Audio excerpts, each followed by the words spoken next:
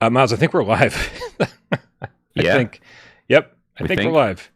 It's nothing is working properly today. I didn't have to hit the big blue button. It didn't let me hit the big blue button. We just went live because it felt like going live. So I'm glad we didn't say anything inappropriate. How are you doing, man? What's going on? I'm good, man. It's been a cool day. RE4 special day. And it was kind of full circle for me because my first ever full the PSVR2 Let's Play was Resident Evil Village. And a lot has changed since then, including my tolerance to horror games.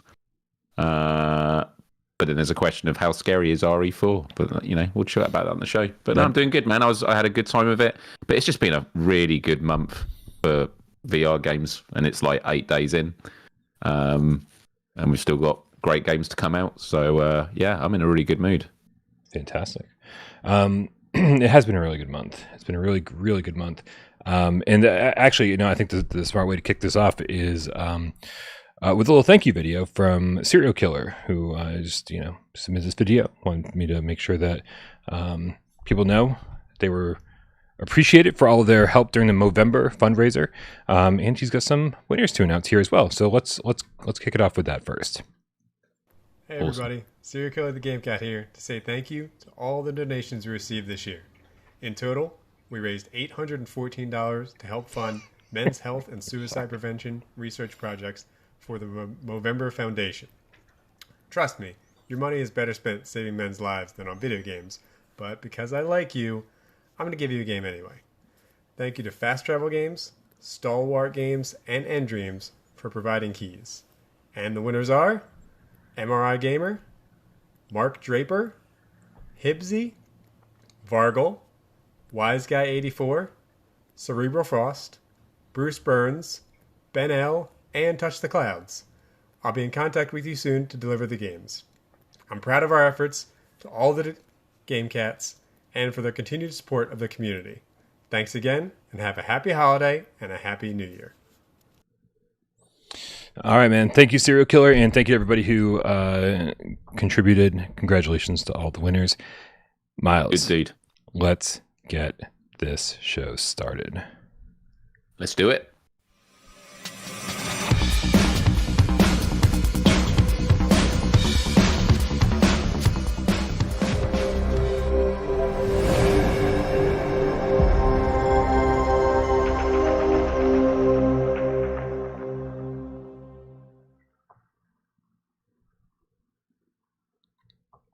Yeah, that tracks. Big gray boxes. Totally tracks. There we are. This is PSVR GAMESCAST Live. We film live every single Monday, Wednesday, and 2 Wise Friday right here on YouTube, 6 p.m. Eastern. We do it live for your viewing pleasure. But don't worry, we also care about your oral pleasure. So we upload this thing up on podcast services of your choice. Thanks to our good friend Rypop, who better be in bed right now. That's all I got to say. If you're not in bed right now, if anybody sees Rypop in the chat, you go, no. You naughty boy, go to bed because he is sick. He is sick. And we care about our friends and we don't want him to be awake just to moderate the chat. My name is Brian Powell from this channel right here, PSVR without Parole. And this gentleman over here to my left, your right, with some fantastic lighting going on over there, Myles. It's Myles Dyer from youtube.com/Myles. Howdy, Brian. Yeah, I had a preset for dynamic lighting in the background that I've never used before, so I thought I'd press it, and it's it's pretty. We see how it goes. Yeah, What up? Brian was asking how I was in the intro because, firstly, he's a very caring individual who always likes to make sure I'm all right. It's also because I had a day off work today, and I kicked off the day by having a little extra sleep, and then I went for a flotation tank, which those that know, I am a big fan of them. Haven't done them for a while, and I'm chill. I'm just totally chill. You and I have had it's not worn off yet. Two very, very different days, Myles. I've had the most stressful day of all time. Oh man! And it's not ending anytime soon. It is after PSVR GAMESCAST Live is over. I'm gonna be up until 2 a.m. Pretty much editing maybe the biggest episode of PSVR this week I've ever put together, because goddamn has it been a good week for PSVR 2. Lots of news, lots to get people caught up on. Mark W in the chat says pretty colors. Yeah, dude. Like I can't stop looking. It's just it's a good looking room you got over there. It's like tropical Skittles or something. All splashed up on your walls. It's nice. Yeah. It's just don't know. It's called dynamic. It was something I don't know. We'll go with it. So if it's dynamic, does that mean it's gonna change throughout the course of the show? It's gonna slowly. Yeah, like, it's go just from like one... I think you choose like the 3 colors or multiple. I don't know. I still need to test it, and then like between because I have a light on the ceiling that points at that corner, and then I have obviously that light that's pointing at the wall, and then I have a third spotlight that's pointing at that corner as well. And the 3 of them, I think, are rotating 3 different colors. Cool. I think that's what's happening. Or we just say it's magic. It's just magic. Can we say magic? It's magic. It's magic. I like it. Real quick here, let's make sure we give Kill Artist a shout out. Kill Artist won the Dreamweaver Gamecat with the $5 tip. Says, Myles, I laughed out loud watching you run in and stab the neck out of all the villagers. Sounds like you had a pretty good Resident Evil live stream, huh? Dude, it was. Obviously, we're going to talk about it lots. That particular thing was there's a famous village scene in RE4 that is in all the promos, like whether it was the remake or any time it's RE4, there's that scene, the guy with the chainsaw. That's all I'm saying because it doesn't really give away much. But there is a very famous scene, and I entered that scene saying, "Oh, is this the scene?" And there's a bit of lag on chat, so I didn't hear it. Yeah. And I just started stabbing people, and within I think 90 seconds it was over. I didn't even get to see the chainsaw guy because normally there's a cat and mouse going in and out of houses hiding away. Yeah. I just stabbed them all to death around the fire, and it was done. Dude, and I never saw the chainsaw guy either. I saw the cutscene that like where he got triggered, and then I ran around, killed a bunch of people, and I was like, wait, where? Okay, the church bell rang, and that was it. I'm like, huh. So you were playing on standard mode, right? Yep. Hey, Tornado. Sorry, left. You were left, I think. So adorable. Just off of camera as always. Okay. I played standard mode, and my first thought is I need to play it on a harder difficulty. But then, am I going to regret it once I do another chapter of the game? Because it's still early on. Well, luckily, Myles. Luckily, as the thumbnail of this video tells us, you have a reason to go back and play multiple times on multiple difficulties because there is trophy support, which I don't think anybody was expecting after how they treated Village. Because this was being handled the exact same way as Village, except we got trophy support, which is good. It's really good news. All right, man. Listen, we're gonna get to Resident Evil 4, but man, oh man, we got a bunch of stuff to talk about before that. So what is first on our agenda? Vertigo. Dude, Vertigo 2 is supposed to be out in just a couple days, and at the absolute last minute, meaning yesterday, Perp Games put out a press release, sent out all the content creators, everybody who had review keys, and basically said, "Hey, we found a game-breaking bug, and we're going to delay the game a couple days. We don't have a new release date yet." And they basically said, "Please, we're not trying to keep this private." But we'd appreciate you not publishing reviews on Friday. And I was like, well, that's good because there was no fucking chance in hell I was going to have a review ready for Friday with all the other madness going on. However, so I mean, I think people are obviously disappointed, Myles, that the game's not coming out this next week here. But have you had a chance to like jump in and kind of get a feel for what Vertigo 2 is all about? So I've had a chance, but I've literally decided to stay away until I do a Let's Play. So when the embargo dropped, I was going to be doing a Let's Play today, and decided let's do it when the time is right. But yeah, I think it's because I've got to this point where honestly, apart from the conversations we have on this show, although I haven't actually been on many of the GAMESCAST where you've been talking about the game, I know very little about it. I know the synopsis, and actually, if you look for descriptions of Vertigo 2 on the internet, there's actually not a lot of information. Like, it's the same, like, one paragraph everywhere, whether it's on their website or on the PlayStation Store. Yeah.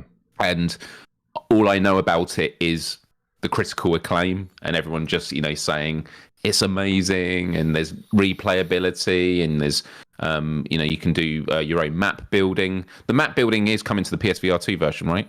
As far as I know, yeah. Yeah. Last time they... Yep. So I'm super excited, and for me, I'm just like, if I'm in a position where I don't know a lot about it, I just want to sort of keep it that way and keep it fresh for the Let's Play. Trust me, I was really keen to play it today, even though that we had RE4. But if it comes out, let's say next week, I welcome that. It'll be nice to have another big hitter next week. Steve IRE in the chat says the bug in Vertigo is is Resident Evil 4 release. We all know it. Well, I mean that's actually a funny joke, but somebody who's been playing Vertigo for the last 3 or 4 days, nope. I promise you that's not it, because I have reported bugs to Perp, and I found at least 2 game-breaking ones. So ones I had to do some serious workarounds in order to be able to continue the game that I don't think most gamers are willing to do. I would absolutely consider the ones I found game-breaking, and doesn't even sound like those are all of them. So I'm glad, man, because I want this to be a polished experience. I want this to be just enjoyable from start to finish for everybody. The last thing you want to do is be like, oh, we've been waiting for this game for so long. We've heard so many good things about it. And then you play it and you're like, oh, fuck. Like, it's not even polished. So I think this is the best thing for everybody. I will tell you, though, as far as the adventure is concerned, like, just holy shit, man. It starts off and you're just like, man, like, I suddenly realized, people keep comparing this to Half-Life Alyx and being like, one of the best games on VR, one of the best games on PC VR. It's right up there with Half-Life Alyx. They're not saying that because there's like these AAA, AAA boss fights or AAA environments or these kind of bigger than life assets going on. It's not that. It's instead the feeling that you get when you're playing it, when the type of story that's being told, the variety, it has the feel of a Half-Life game, and I think that's where the comparison's coming from. Like, certainly far more than like, oh, this is like the biggest, one of the biggest VR games ever made. It's certainly big, but man, it's good. It's just got Half-Life vibes more than anything else, and I think that's what people are talking about when they say that. And so far, man, despite the bugs that I've encountered, like, it's living up to its reputation. It's a wonderful, wonderful adventure. And that's amazing to hear. When things are, there's so much high expectation, it's very hard to take that back. Yeah. It sometimes means we judge games unfairly because we're not judging them on the standard that we judge other games. We're judging it against the expectation that we had, that this isn't good enough for what we thought it should be. Sometimes that's fair, sometimes that isn't, but it is a tough thing. So that's really promising to hear. Yeah. So yeah, we don't know the new release date. So sorry, we don't have any more information about that. Hopefully we'll hear it from Perp. Honestly, like I tweeted, I had mentioned on Twitter, I don't care if this game comes out next week or 3 or 4 months from now. This is a game we're going to look back at fondly, and I feel like it's going to, as long as when it comes out, it feels polished. This is going to be a contender for top 5. Wow. Yeah, as far as I'm concerned. That's cool. But we'll have a little bit more information about that the closer we get to release, and hopefully Perp Games will keep us posted on what the new release date is, and all the improvements they're making along the way.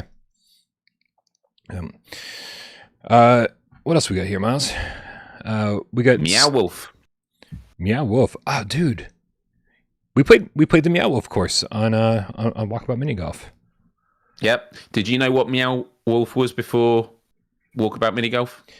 Not before it got announced. After it got announced, I started doing some research and found out about that's a group of artists that do art installations different places around the country, and when I started seeing pictures of the installations, I was like, whoa.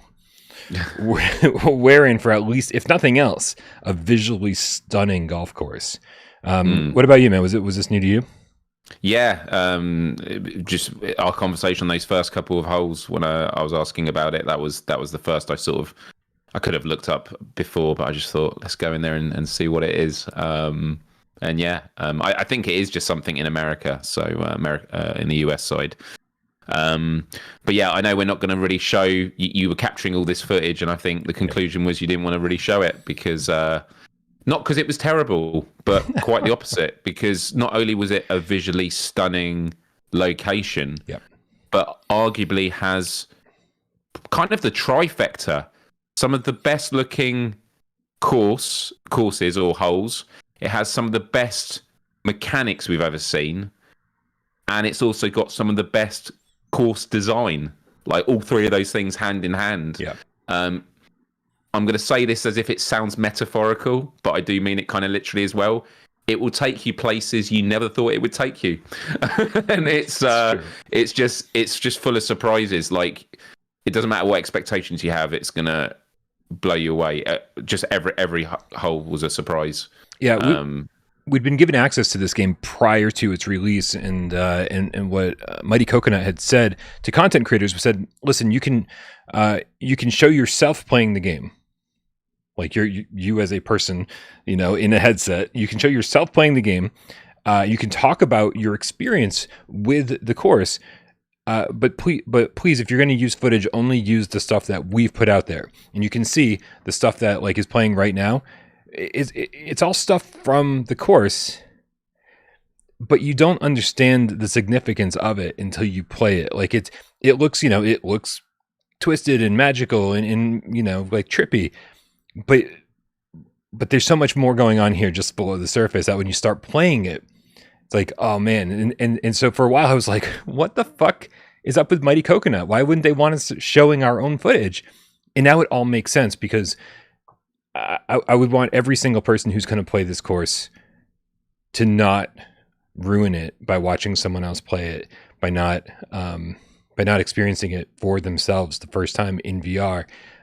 It's beautiful and it's magnificent, and every hole kind of has like there's another wonder right around the next corner. And man, like I was just, I think more than any other course I've played ever in Walkabout, constantly was just like, I can't wait to see what the next hole has to offer. What's the next hole? And it feels like a relatively standard one for the first two holes. Yeah. Because you're in the opening area and you're like, okay, it's themed and stuff like that. And then it literally opens up, you go into the main area, but then it's, okay, this is not what I was expecting. And I have to say, there are some holes that we completed that I still don't kind of know how we did it. And I look forward to going back. Actually, if anyone can tell me what hole one is about, because it has, we can talk about this because it's just the first hole. There are these kind of like warp icons. Mm-hmm. And I don't think we worked out what they do. Or I don't know. Oh, right. Yeah. I have no idea still. Yeah. Yep. Yeah. So, yeah. Yeah. No, that's the challenge. I feel like this is, maybe this course, maybe the prior courses. I don't know. Recently, Mighty Coconut stopped bringing new courses to the Quest 1. Right? I think this course has a lot to do with that because it's still got the low poly art style, but like I don't think the low poly art style worked so well in say like Labyrinth, right? You get these big creatures from the movie that are, made up of like 17 polygons. And I'm just like, I don't like the way this looks. It feels like a cheap rendition of Labyrinth. Meanwhile, this feels like, from everything I've seen about, Meow Wolf installations, this feels like a proper Meow Wolf installation inside of a golf course. This feels, right. Yes. And there's a couple of mechanics in this, without again going into specifics, which really made me appreciate how high quality like the resolution of this game is. God, this game's amazing. I'd have to say, I don't know. I think it's going to be a top 5 course for me, maybe a top 3 course. Got to play it a few more times. Also, we never played hard mode. Nope. So I've only seen the first 18 holes. I have no idea what the hard mode is like. Oh my goodness. Yep. What could that? Oh, dude, that's. Yep. Dude, should we just stop the show now? Should we go check it? Yeah, man, I'm fine. Yeah. You guys wait here, right? Yeah. Be back in 20, 30 minutes. It'll be fine. Yep. But really, really good stuff for sure.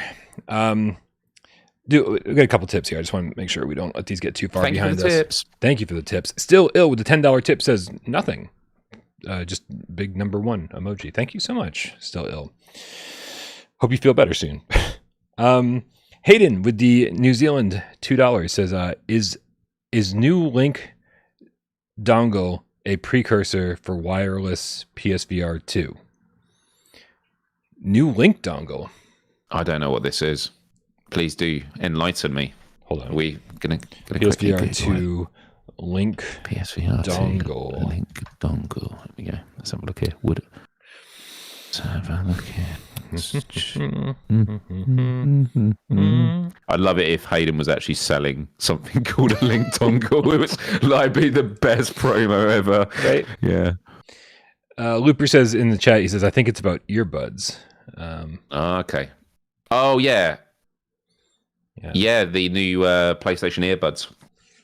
Has anyone used them? With supposedly they're really good, but they are like $200, so you'd hope so. Right. Yeah. So everyone's saying the audio link. Yeah, I mean, dude, I don't know. You know that I've never cared about having anything be wireless, and because obviously we're looking for AAA games, we want to make sure that there's no latency, no whatever, no problems, and if all it takes is like this super simple lightweight wire, that I think Sony's practically perfected this generation. One simple USB-C cable, great. To satisfy the people who desperately want to get rid of the wire and cannot seem to ignore the wire, I hope you're right, Aiden. I really do, because options are great, and everybody has their own preferences, and that's the important thing is to understand that my preference, it might not be your preference, but I hope that you get what you're looking for. What do we got? We got Fifth with the Australian $5 tip. What is going on? Come here. Oh, good girl. Come here. Come on. Okay, listen, the next... She keeps pawing at me, like, with claws out. She's like, hey, I want your attention. And so, like, yeah. I'm right here. Come on, you can hang out, but you're getting on camera if you're hanging out with me. I love when she hangs out, but she's been... Maybe the chat can help me out. Ever since I've gotten Tornado, she's been super independent. Like a cat, like very independent. Like most days she's like, I don't really care about you at all, Brian. I'm going to go hang out and do this thing over here. I'm going to go play with that toy over there. I'm going to go sleep all day. And sometimes she's like, maybe I'll hang out with Brian for like 5 minutes, let him pet me for a little bit, and then, go off and do my own thing. Like a cat. And for the last week, she has been like fucking up my ass, right? Like the neediest roommate or the neediest girlfriend on the face of the planet, right? Like I mean, if I go to the bathroom, she's in the bathroom with me. If I go to the kitchen, she's like doing figure eights around my feet. She's like just meowing at me constantly, and I'm like, what is it? What? Like we went from being super independent to being like just needy. And so then if I'm not paying attention to her, then it's like, the claws come out and she like starts like just grabbing my leg and being like, dude, pay attention to me. Like, I feel like that's a sign that something's wrong. I don't know what's going on. Yeah, I have no idea. Cats confuse me. Imzadi says that's a sign like you should probably take her to the vet. And so, she's acting fine. She's eating fine. She's drinking water, like everything. Right. But I'll make a vet appointment. Because it's been like this dramatic personality shift. Like she sleeps on the bed with me. She's never fucking wanted to do that before. So I'll take her to the vet. We'll figure something out. She's not in heat, Adam. She's been, she was fixed. She's not neglect, Silver Nexus. I'm home 24/7. Like there's never been a cat on the face of the planet that's had more human companionship. Yeah, definitely not in heat though. Because I've been around cats that are in heat, and she was spayed when she was very young, and so should be taken care of. Fingers crossed that went right. Anyway, dude, thank you all for the cat tips. Yes. Anyway, sorry. Yeah, Fist with the Australian $5 tip says, sorry you stopped doing live streams, Brian. You did a great job with RE4. Keep it up. we'll talk. Did you enjoy it? No. Okay. No. Oh, you didn't? I hated it. I really did, Miles. I'm not going to lie to you. I hated being like, I don't know. This I can deal with. Like this, I'm very comfortable with, right? But I don't know. I'm not enjoying the whole live streaming thing, and I need to figure out why I'm not. So that's all. I've got to figure out why I'm not, and hopefully I'll be able to. Hopefully I'll be able to figure that out and keep doing live streams and live stream. The great thing is that I have 2 co-hosts at least. Like, you know, Wes does it less, but Myles and AJ kill it with live streams, and I think they do a better job than I could ever do. So, you know, hopefully they're covering all the games and playing all the games that you want to see. But yeah, it goes pretty deep in terms of like what I've been going through the last couple of years, everything that's going on up here, and it actually plays into the reasons that I don't want to live stream. So I'll definitely keep you posted. And also, man, like there's so many different ways of making gaming content, and you cover so many of them always, and like you know all of the other ones. Right.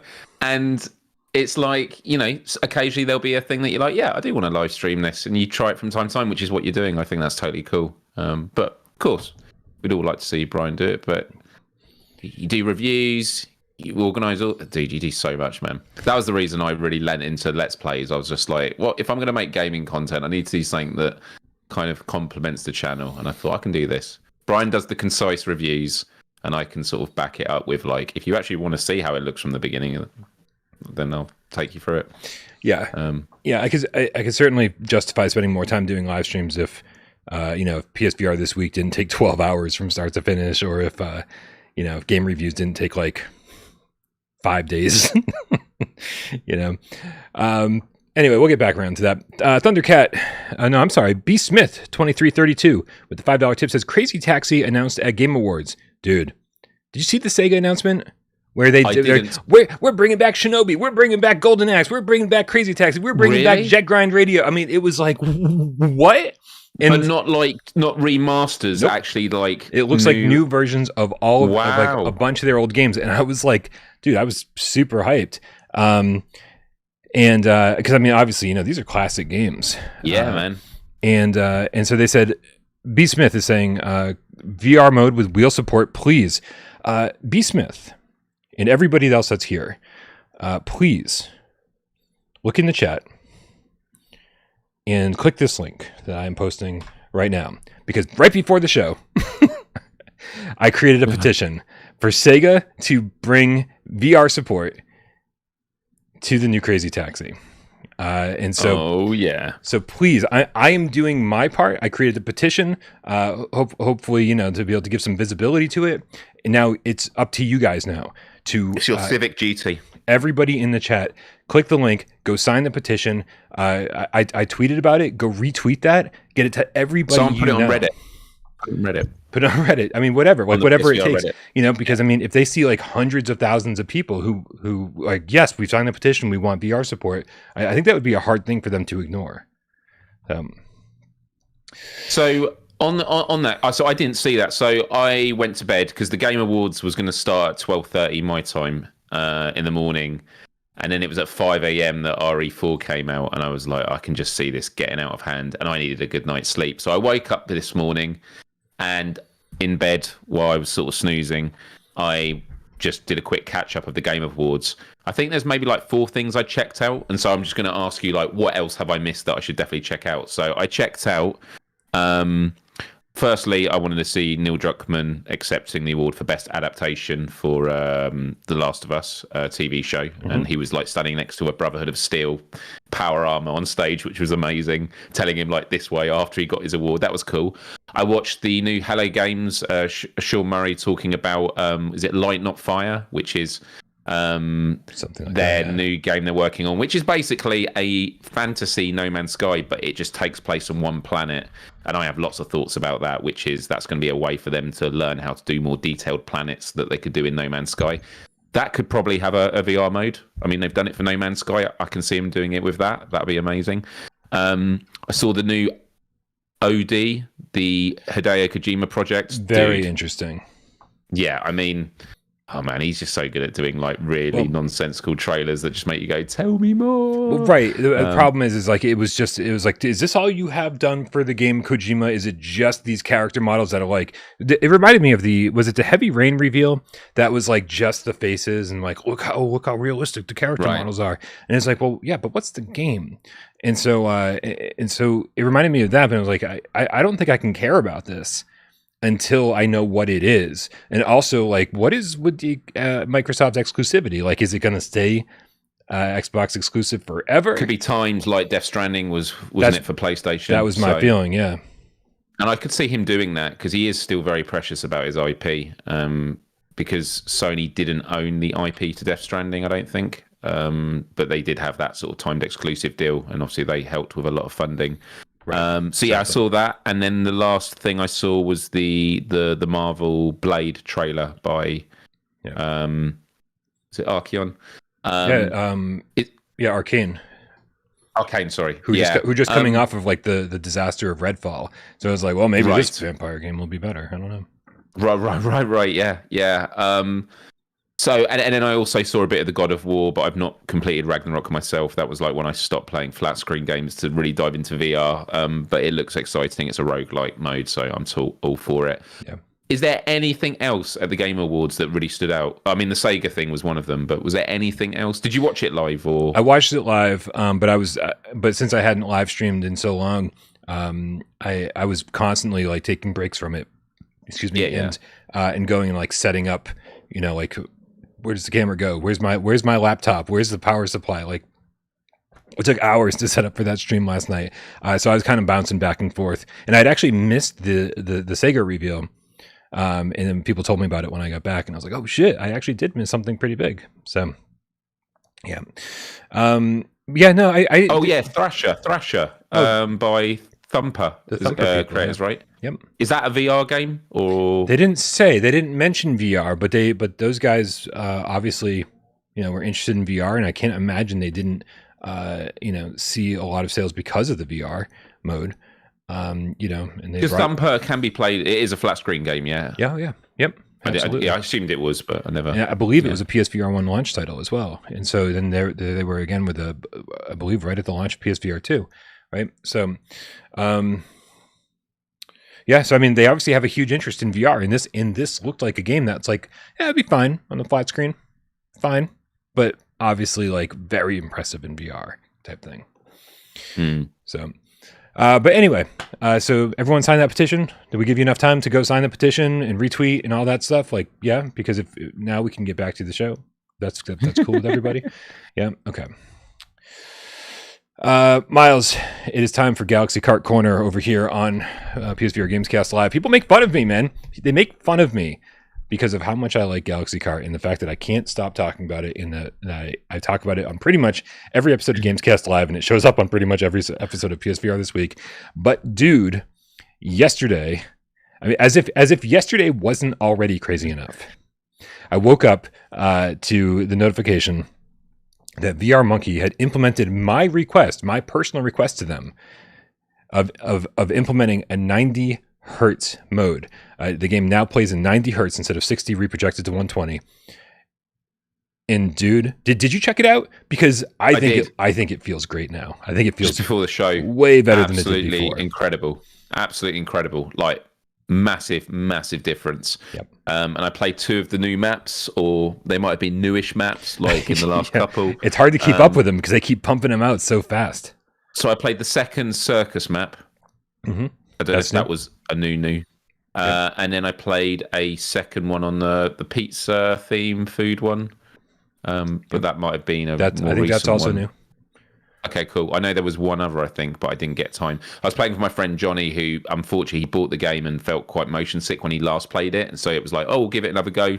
This better frame rate might help with it. To be honest, we did 2 races, but then he was like, I'm starting to feel it again, so he had to call quits. Bless him. That's too bad. I feel for people that want to experience these games, but just like obviously there's a lot of motion. I'm sure it's probably the jumps in the games that probably do it. Because the jumps, you get a lot of height in them, don't you? Yeah. Oh, this one you get a ton of height. Here comes one. Here comes one. Right about. Yeah. This is one of the biggest jump-ins in the game. Oh, feels so good. It's funny. Yeah. I mean, going back to the Crazy Taxi petition, I tweeted that out, and the first response I got was from somebody who doesn't even follow me, and just responded with the puking emoji. And it's like, yeah, man, I feel, you're probably just being a dick, but yeah, if you are the type of person who gets sick in VR from motion, man, does my heart go out to you. Because, as people who've been playing VR for 7-8 years now, a lot of us look forward to those Sirento type moments, those Hellsweeper moments where you do a wall run and then you jump up in slow time and then you do a backflip and you're shooting people upside down.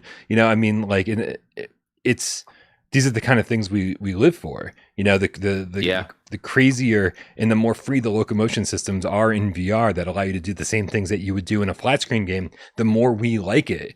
Right. And so if you're not capable or able to do that without getting sick, man, I feel like I'm sorry. You're not getting the full VR experience. And I hate that for people. Yeah. It's something that in the last 5 years, as the conversation around accessibility in gaming, obviously primarily flat screen gaming, I've just really, the conversation as it's got bigger and you've seen the big AAA companies doing all these features, it's just amazing to see that efforts are made. And obviously accessibility is a lot more difficult in VR because VR, it's all about being present in the moment. And also accessibility is being done best by the AAA companies that have the budget to make those, take those extra steps. Whereas, in VR, it's still a new territory. Actually, a lot of research is going into comfort settings and, what makes people motion sick. That's stuff that's improving all the time. It will get to a point where very few people feel motion sick. It is what it is. It is what it is. One of my favorite sayings, because you don't know anything more before the saying than you did after. But that's it. And I've actually stayed in Airbnbs where it's had it on the wall as an inspirational poster. It is what it is. Or it's I love this. or is it keep this in mind when you review our Airbnb? It is what it is. Keep in mind that you paid only this much for it. So it's a great saying. Let me just make sure we get back to these tips here.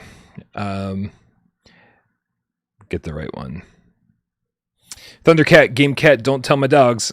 That's great. With the 5 quid says, sending a few quid for some braille stickers. X is not on the left. Yeah. Man. Dude, I still can't tell what is what. Dude, when it comes to buttons. the one button that I know where it is on the Sense controllers is the X button. But when I've got a gun in the right hand, and then I get the prompt for the X button, I instinctually push the bottom button on the left controller because I'm holding a gun over here. And so I don't think, oh yes, push that. My brain just goes, oh, revert to that button. And I must have done it 30 fucking times on the live stream last night. And so here's another reason I don't like live streaming, because when you do stupid shit like that and it takes an hour for your brain to acclimate to the game you're playing, people are like, this guy fucking reviews games for a living. Right. We shouldn't trust this jackass. Yeah. and after last night, I'm kind of with you. I shouldn't be allowed to do this shit, Myles. Is it square that's the bottom one on the left, isn't it?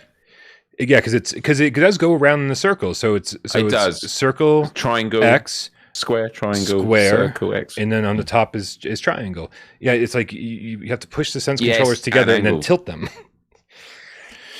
Yeah, I don't know. Bring back Move controllers. Want me to start another petition while we're on the air? Come on, Sony, bring back the moves. Oh my goodness! Now they might actually do it. Oh my god. Macho, the real estate procrastinating Gamecat with the $10 tip says, that's literally the only argument I hear from Quest and PC shit talkers, that we have no games or shit games. So giving these crybabies an option to remove the cord would be great. No excuses now. Yeah. Oh man. Yeah. The excuses are never going to stop. That's kind of what I love about this whole thing, is that we've proven again and again, we've got more than just Quest ports, more than just PC ports. We've got the best versions of all the games. We've got some awesome exclusive, more AAA games than any one headset should ever get in the first 9 months on the market. and it's still not enough for people. So it's like, at this point, you're officially a troll. You're officially a troll.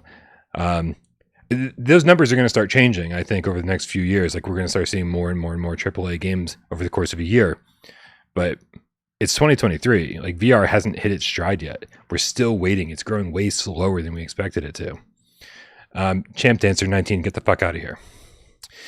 So he's trying to tell us to move on to a new topic.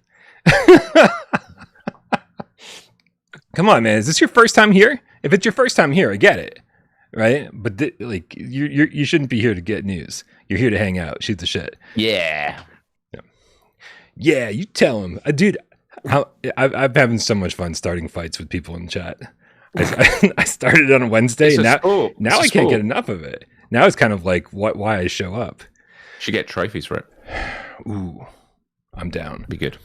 You get the platinum. Sounds like a lot of bronze trophies, honestly. You have to get 300 of them to get the platinum. Yeah. Son of I or A $5 tip says, Brian, you might have hated live streaming, but did you like RE4? Hell yeah, I liked RE4. RE4 was great.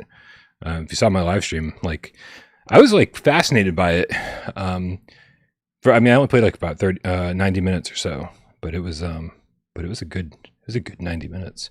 We're gonna get there in a second. Alejandro D, Catalogic Gamecat with a $2 tip says, Light No Fire. That was the name of the game. And then Macho, the real estate procrastinating Gamecat said $2 tip. Says, where's AJ? Light No Fire VR, next No Man's Sky game. Yeah, dude, if that comes to VR, I'm down. That looks way more my speed than No Man's Sky is. We'll go fly dragons together. Hell yeah. Yeah. So in conclusion, Galaxy Kart's awesome now. Yeah. Go pick it up. We need to actually create a PSVR without Parole Galaxy Kart Championship.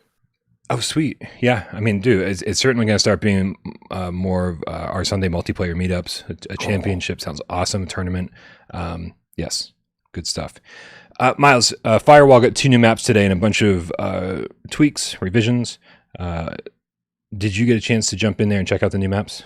I checked out the new maps. I didn't know what these tweaks were, though. I don't know. It's just a bunch of... there's like a list in their patch notes. That just say, oh, we fixed this. This perk now does that, and that kind of stuff. So one of them was the lab in Norway. I went into both of them very, very briefly. Like, I literally went into a private mode just so I could quickly walk around and then leave just before the show. But the Norway lab map is absolutely stunning. Really great diversity of environments, the mountains that surround it. Look, we said it again and again. This is a good looking game. This is like a AAA looking VR experience. It's one of the best looking VR like games out there in terms of the design of the environments and stuff. And it has a lot of diversity within the labs. There's a whole bit where there's like hydroponics, growing plants, and there's kind of spores in the air. Really, really great. The other one I believe that was new was in America. Is it like Stronghold or something? It began with S. I can't remember off the top of my head. But it's at night. I think it might have been one from Firewall 0 Hour.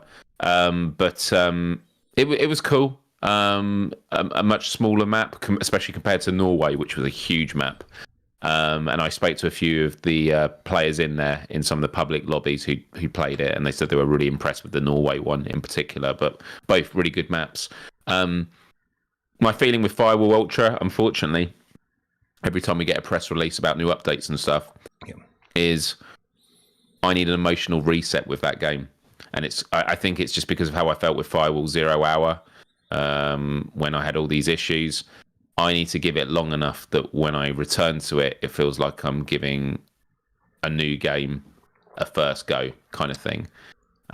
Because, it just there was so much messing around at launch. And, it's not just about goodwill, because I like to think I have a lot of goodwill and gave it a lot of trying. But just there is this just emotional association you have with gaming experiences where if you keep feeling frustration, you associate frustration with whatever you see. And to be fair, when I fired up the game, the Firewall Ultra title was to the right. and I used the reset thing and it stayed just to the right. Not an issue, but when I see that, I'm just like small things like that. I just like it. It's a chilling effect over me. Just straight away, like even though I'm going, it's just to the right. That's fine. That's not game breaking. But inside, I'm just like, there's this association with like, yeah, it's not finished, or it's there's still issues there. Right. But I know there are people that are playing it and having an amazing time, and that's amazing. And I'm actually envious of you because I know this is a game I would really, really enjoy. But I also think there's another component to this as well. When I played Firewall 0 Hour, or started playing it, I was a viewer of Without Parole, which meant I just played the games that I wanted to play, or focus on, let's say. To be fair, I'm playing all the games I want to play now because I'm playing all of them and it's amazing. But it's just a different dynamic. Firewall Ultra or Firewall 0 Hour is a game that you need to invest a lot of time in because you're grinding.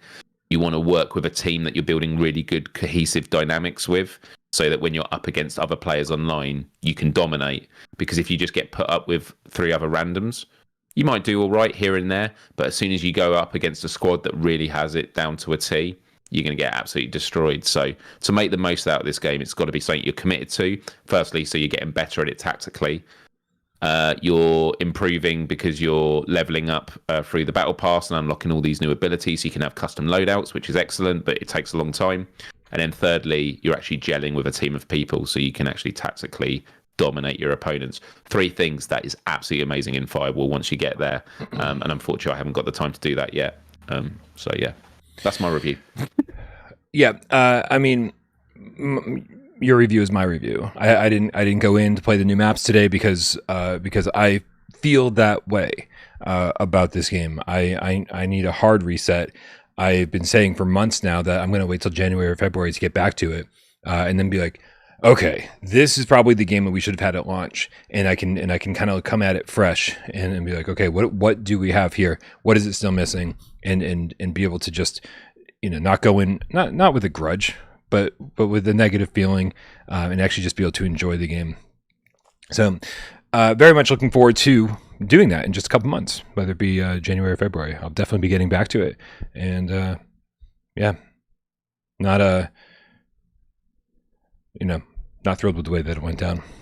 I would love to find out why this even got released. There seems to be no reason for it whatsoever. As a second party game, Sony was funding. Somebody at Sony must have gone in there and been like, this isn't fucking ready. So but I do love me some Firewall, so hopefully it'll be worth getting back into it when the time comes around. What do we got here? We got Friends Have Xbox, which is a great name.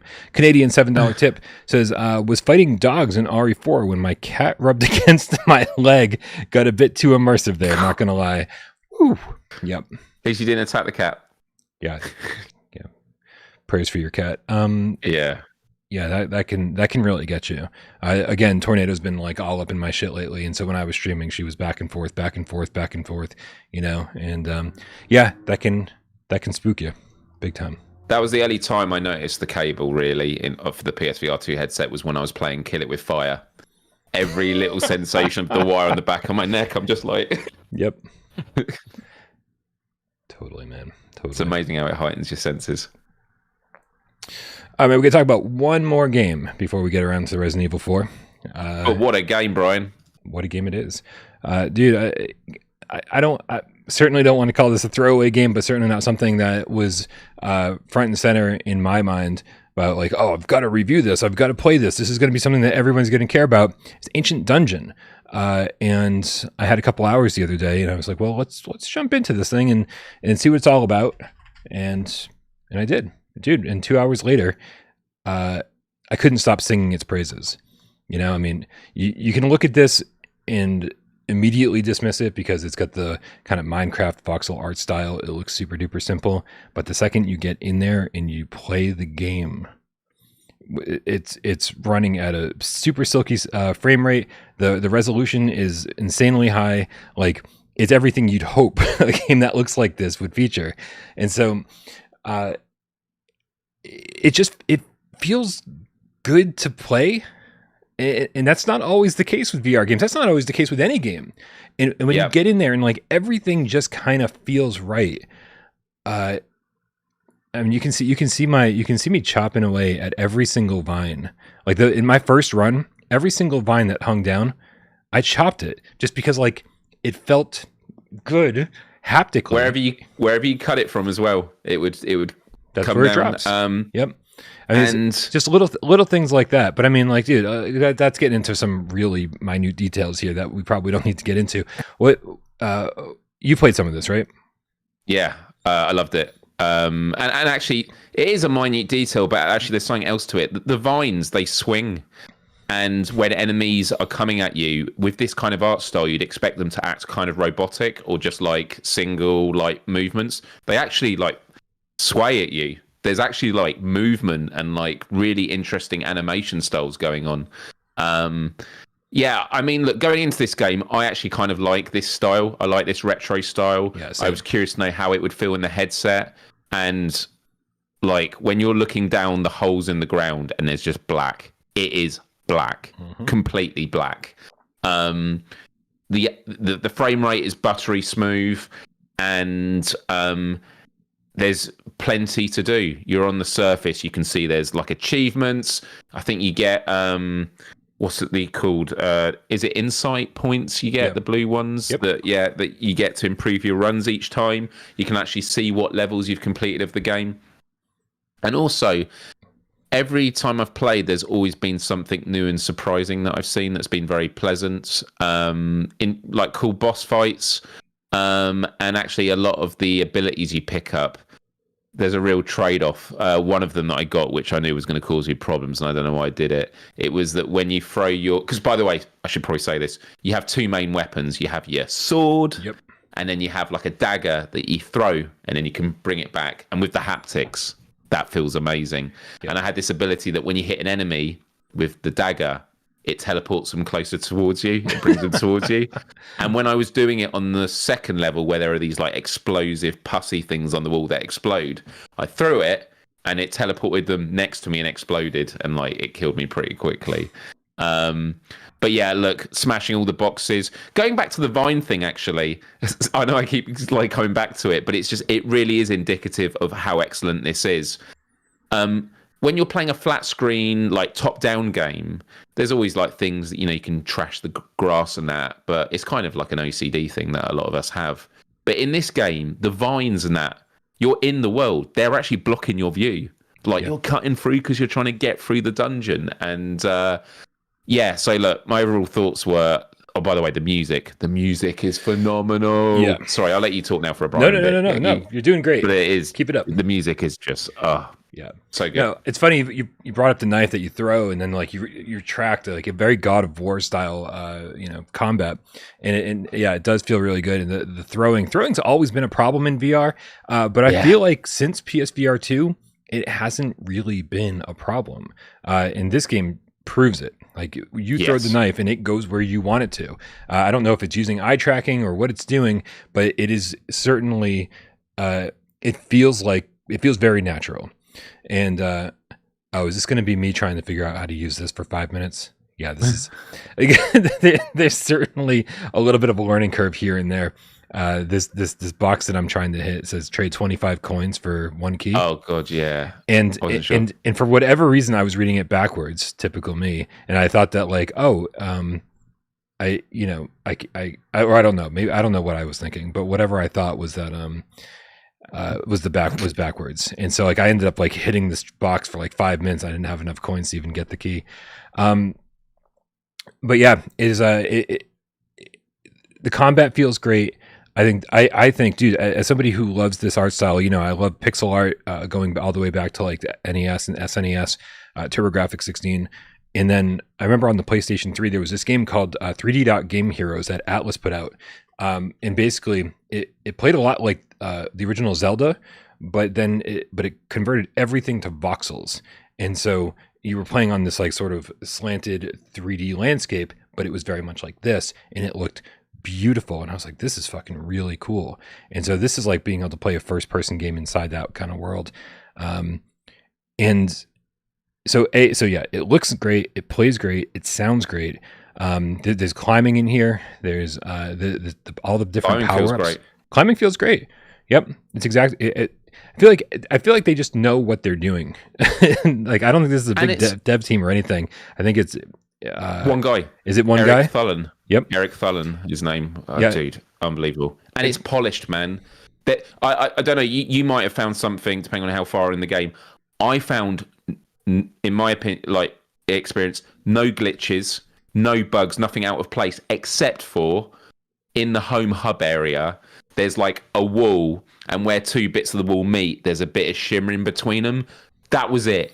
Out of everything, it's like, I'm not even going to be looking there. It's like one little bit of shimmering. I was like, and I saw it, I think, towards the end of my Let's Play, and I was like, I can live with that. I was like, if that's the only thing that has been out of place, the fact that this runs so smoothly, they've got all the elements from haptics to the music to the gameplay. And actually, I was going back to how dark the holes are. Those lights on the wall are so bright. Yeah. Like, this is a game that I actually want to play with the screen brightness all the way up, actually, to see how it is. Yeah, the lighting's beautiful. Like, even just like we get to the third area and there's just candles on the floor, and like you can chop the candles and kill the light. And like, but I like the light. I just want to leave it on. Like, it's very pleasant. Brian, what did you? It's firstly, it's a hard game in my opinion. Would you agree? Okay, you're setting me up here a little bit because whenever we talk about roguelites, I always say the same thing, and so let me repeat it for anyone who's not on board the roguelite Brian train. I like a roguelite that kicks your ass in the first 30 seconds that you play. And then you upgrade a little tiny thing, and then suddenly you can make it 60 seconds. And then you upgrade a little tiny thing, and then suddenly you can make it 3 minutes. And then suddenly, and that's how I want the first hour of my game to go. Lately, that hasn't been the case. Ghost Signal's not like that. You can play for like 40 minutes, usually your first time.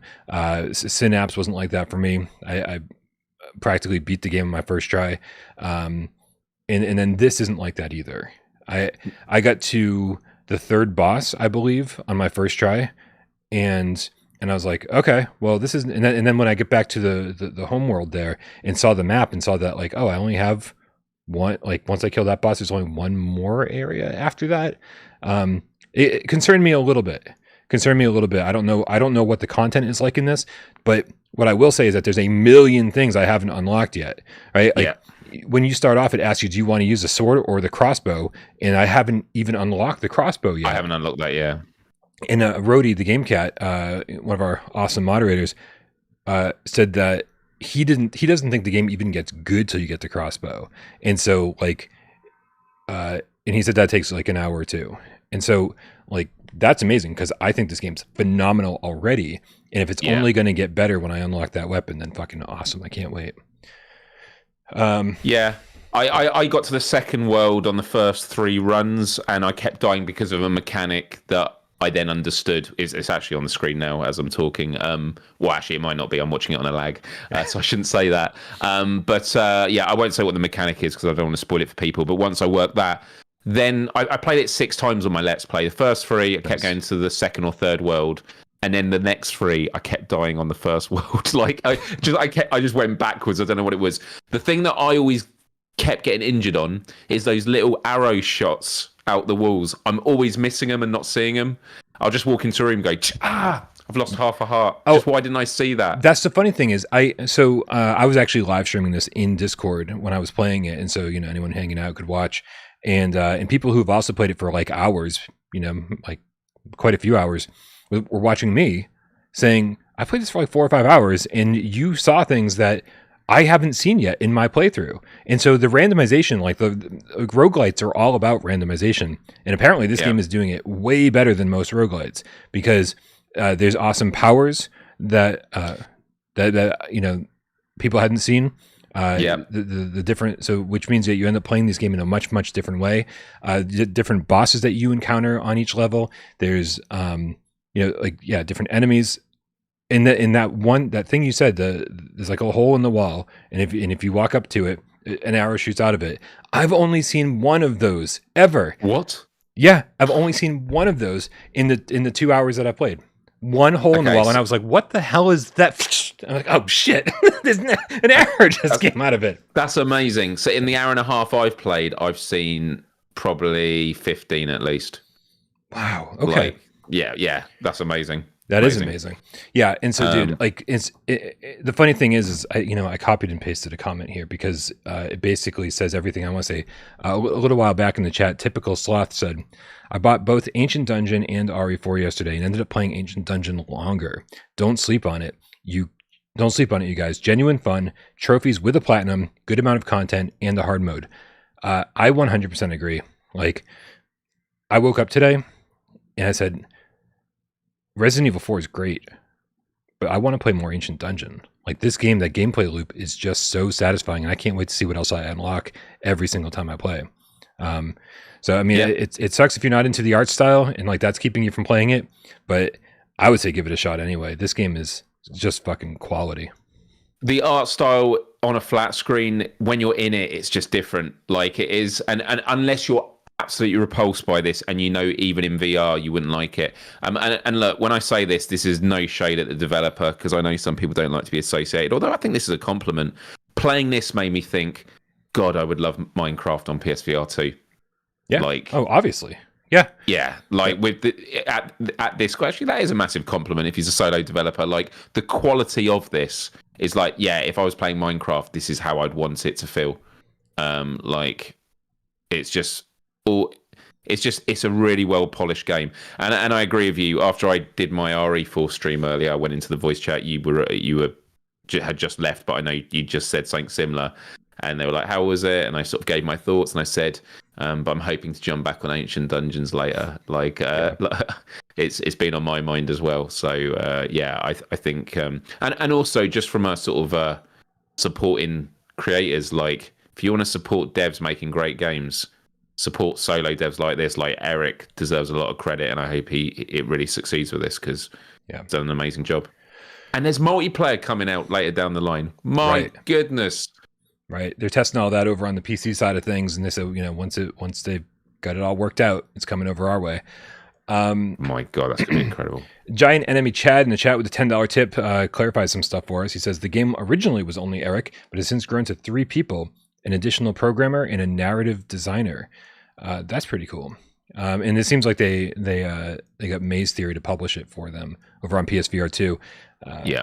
Not totally understandable as well. There's a lot of work involved in publishing a game on PlayStation, so a little extra help is not surprising at all. Mm-hmm. Braxbro in the chat asked if this is going to be a top 25 contender, and my answer is absolutely going to be on my next top 25 list. No question about it.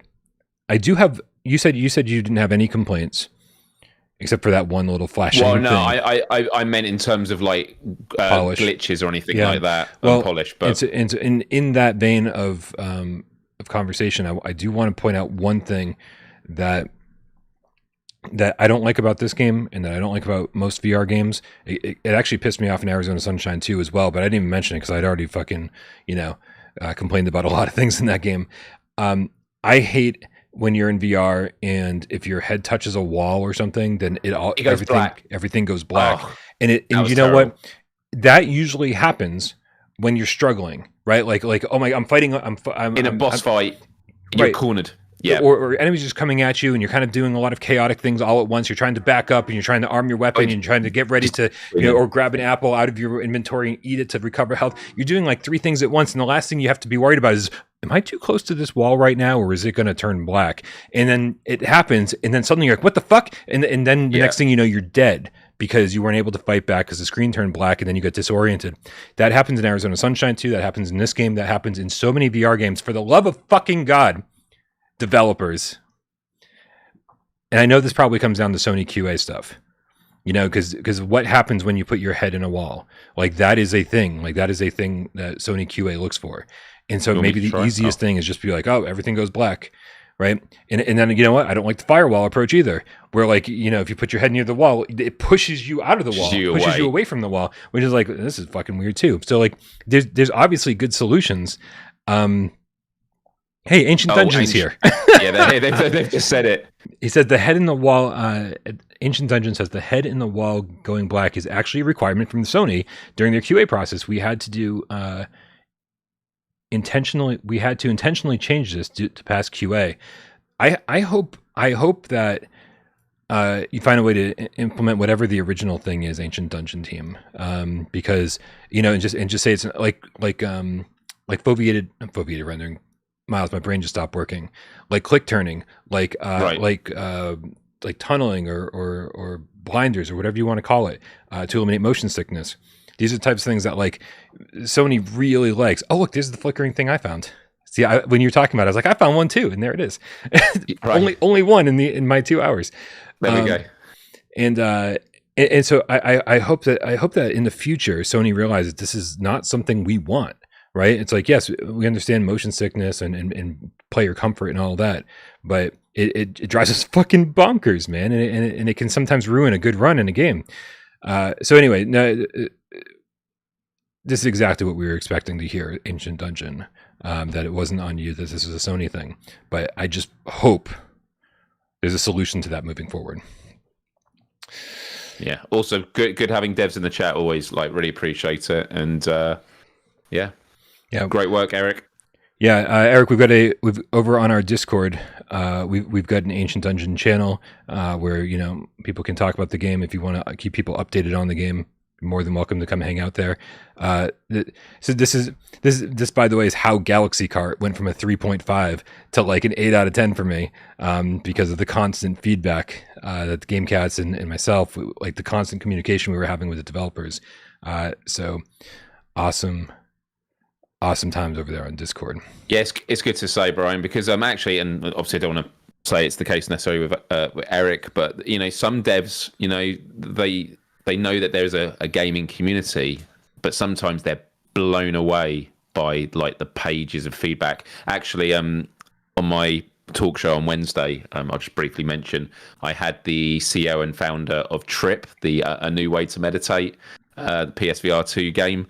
Nanaya came on and had a good conversation, and there were some tough questions asked because a lot of people have been saying, is it worth the $60 and that, and she totally took it all on, the questions on. It was a really good conversation, but one of the things she mentioned was when the game first came out, she loves gamers, she is a gamer. She said a lot of people came forward saying, it's not worth the price, it's a tech demo, and she says, and what I loved was they gave us lists and lists of all the things they didn't like about it, and it was like, great, give it to the devs. What can we fix? And like, devs love hearing this stuff as long as it's done respectfully and that, I mean, normally you'd have to pay for, testing, which is obviously done as a part of the process. Right. But like once the game is out and stuff, it's a great opportunity for that as well. So if you ever have feedback, Gamecats, always leave them in the Discords for the different games. Robbie Y in the chat says, do you ever update your reviews, Brian, in regards to Galaxy Kart, for example? Mm-hmm. I don't tend to. We used to have a show called Why We Love PSVR. And that was like me and Des or whoever the co-host was at the time, me and Jeremy eventually. We'd sit down and have like a 30-minute conversation about, what we thought of the game at launch, and then all the updates and the DLC and improvements and patches that the game got. And I'll tell you, man, that those things were a beast, and no one fucking watched them. But those would be like, 2 years after the game came out, we'd sit down and have a conversation about it. And I'd love to bring those back if I can find a way to kind of cut down on the editing that it takes and the preparation it takes for those. But yeah, as far as a regular, just straight up 5-minute review, I am absolutely planning on re-reviewing Galaxy Kart because outside of like No Man's Sky, I've never seen a developer just be like, oh, you want wheel support? Okay, we're going to work on wheel support. Oh, you want more tracks? Okay, here's like 4 times as many tracks as we gave you at launch. Oh, you want native 90 instead of 60 reprojected? Well, we're going to give you that too. I've never seen such a turnaround so quickly with a game. So I think that needs to be rewarded. And so I do want to do a new Galaxy Kart review, but again, probably not till January or February when shit cools down a little bit. Wish I had time to do it sooner. Okay. We're almost there. So I think it's time for 20 questions, isn't it? Almost. Magnum Gaming. 20 questions. Oops, we forgot about RE4. Magnum Gaming with a $2 tip says Blackwall doesn't happen in Project Wingman. What? You guessed my 20 questions game. Oh, well okay. We're done. Time to move wrap on. up now. Yeah, Madam Game with $2 tip said Blackwall doesn't happen in Project Wingman. Not a lot happens in Project Wingman, in all fairness. Macho, the real estate procrastinating Gamecat with $5 tip says, Brian, with all the edits you decided to make for the Resident Evil to the top 25 list, will you also add Ancient Dungeon, or will we have to wait till the next list? I don't know. Oh, that's a really good question. I wish I had answers for so many things right now. The PSVR award show is supposed to be happening in 22 days, and I haven't started it, right? And so, like, figuring out like what's going to happen with that 7-hour debate that we just had about PSVR games, I don't know. I'm at my wit's end. I've got about 30 games to review right now. I've got an award show to put on. I don't really have any answers for you, unfortunately. I'd like to know the answers myself. So hopefully I'll have answers for you soon. All right, dude, let's talk about Resident Evil, because that is obviously the big news of the week. Although I do have to say, I just kind of want to play Ancient Dungeon right now. What's dude? Resident Evil 4 remake VR mode came out last night, midnight. A little confusion surrounding it.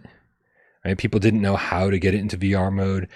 The game itself, if you'd purchased it, by the way, guys, on sale right now for half price, $30 on the PlayStation Store. Keep that in mind. It's only on sale for the rest of the weekend, so if you want it, buy it now.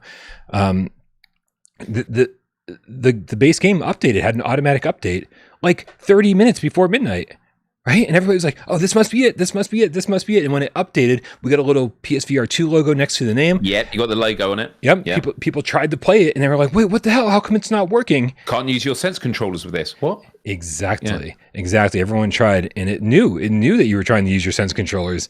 And yeah.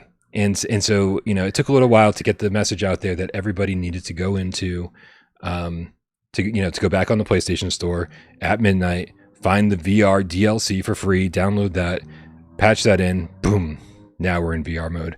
Myles, while I bring up your stream, talk to me. What were your first impressions? First impressions, well, like you, Brian, I'd never played RE4 before. Had you played the original RE4? Only the original on GameCube and PS2. I've not played Remake. Right. Okay. So I hadn't played any of RE4 before, but I think if you hadn't played the remake at all, this is a great experience to go into for the first time in VR. My quick summation, and then I'll go to you, because I do have a lot of notes that I want to go through, but visually, I mean, this game looks gorgeous. There are some levels you're looking out as far as you can see, and you can see people in the distance and that, and you're like, I am in this world. It is excellent. There's a bit of blur, like ghosting when you do turn, which I think was on Village as well. Yeah, a little bit of reprojection for sure. Yeah, which it's one of those things of it bothers you when you start like thinking about it, but you can just go around. It's an amazing looking world, dude. It's funny. What do you think about that? It's funny you even mention it, because honestly, like I was sort of making fun of the reprojection crowd a little bit at the beginning of my stream, because the game looks so good that if you're like literally focusing on that, then God, you're missing on all of the detail in this world. You're missing out on all of the detail in the foliage, the reflections in those little puddles of water that you step over, no the shimmering character in the animation. foliage. Yeah. No shimmering. Like, I mean, like there's so much care and detail put into this world. And it's like, oh, let's find the one potential minor flaw and focus on that. It's like I didn't even see it after the first couple of minutes.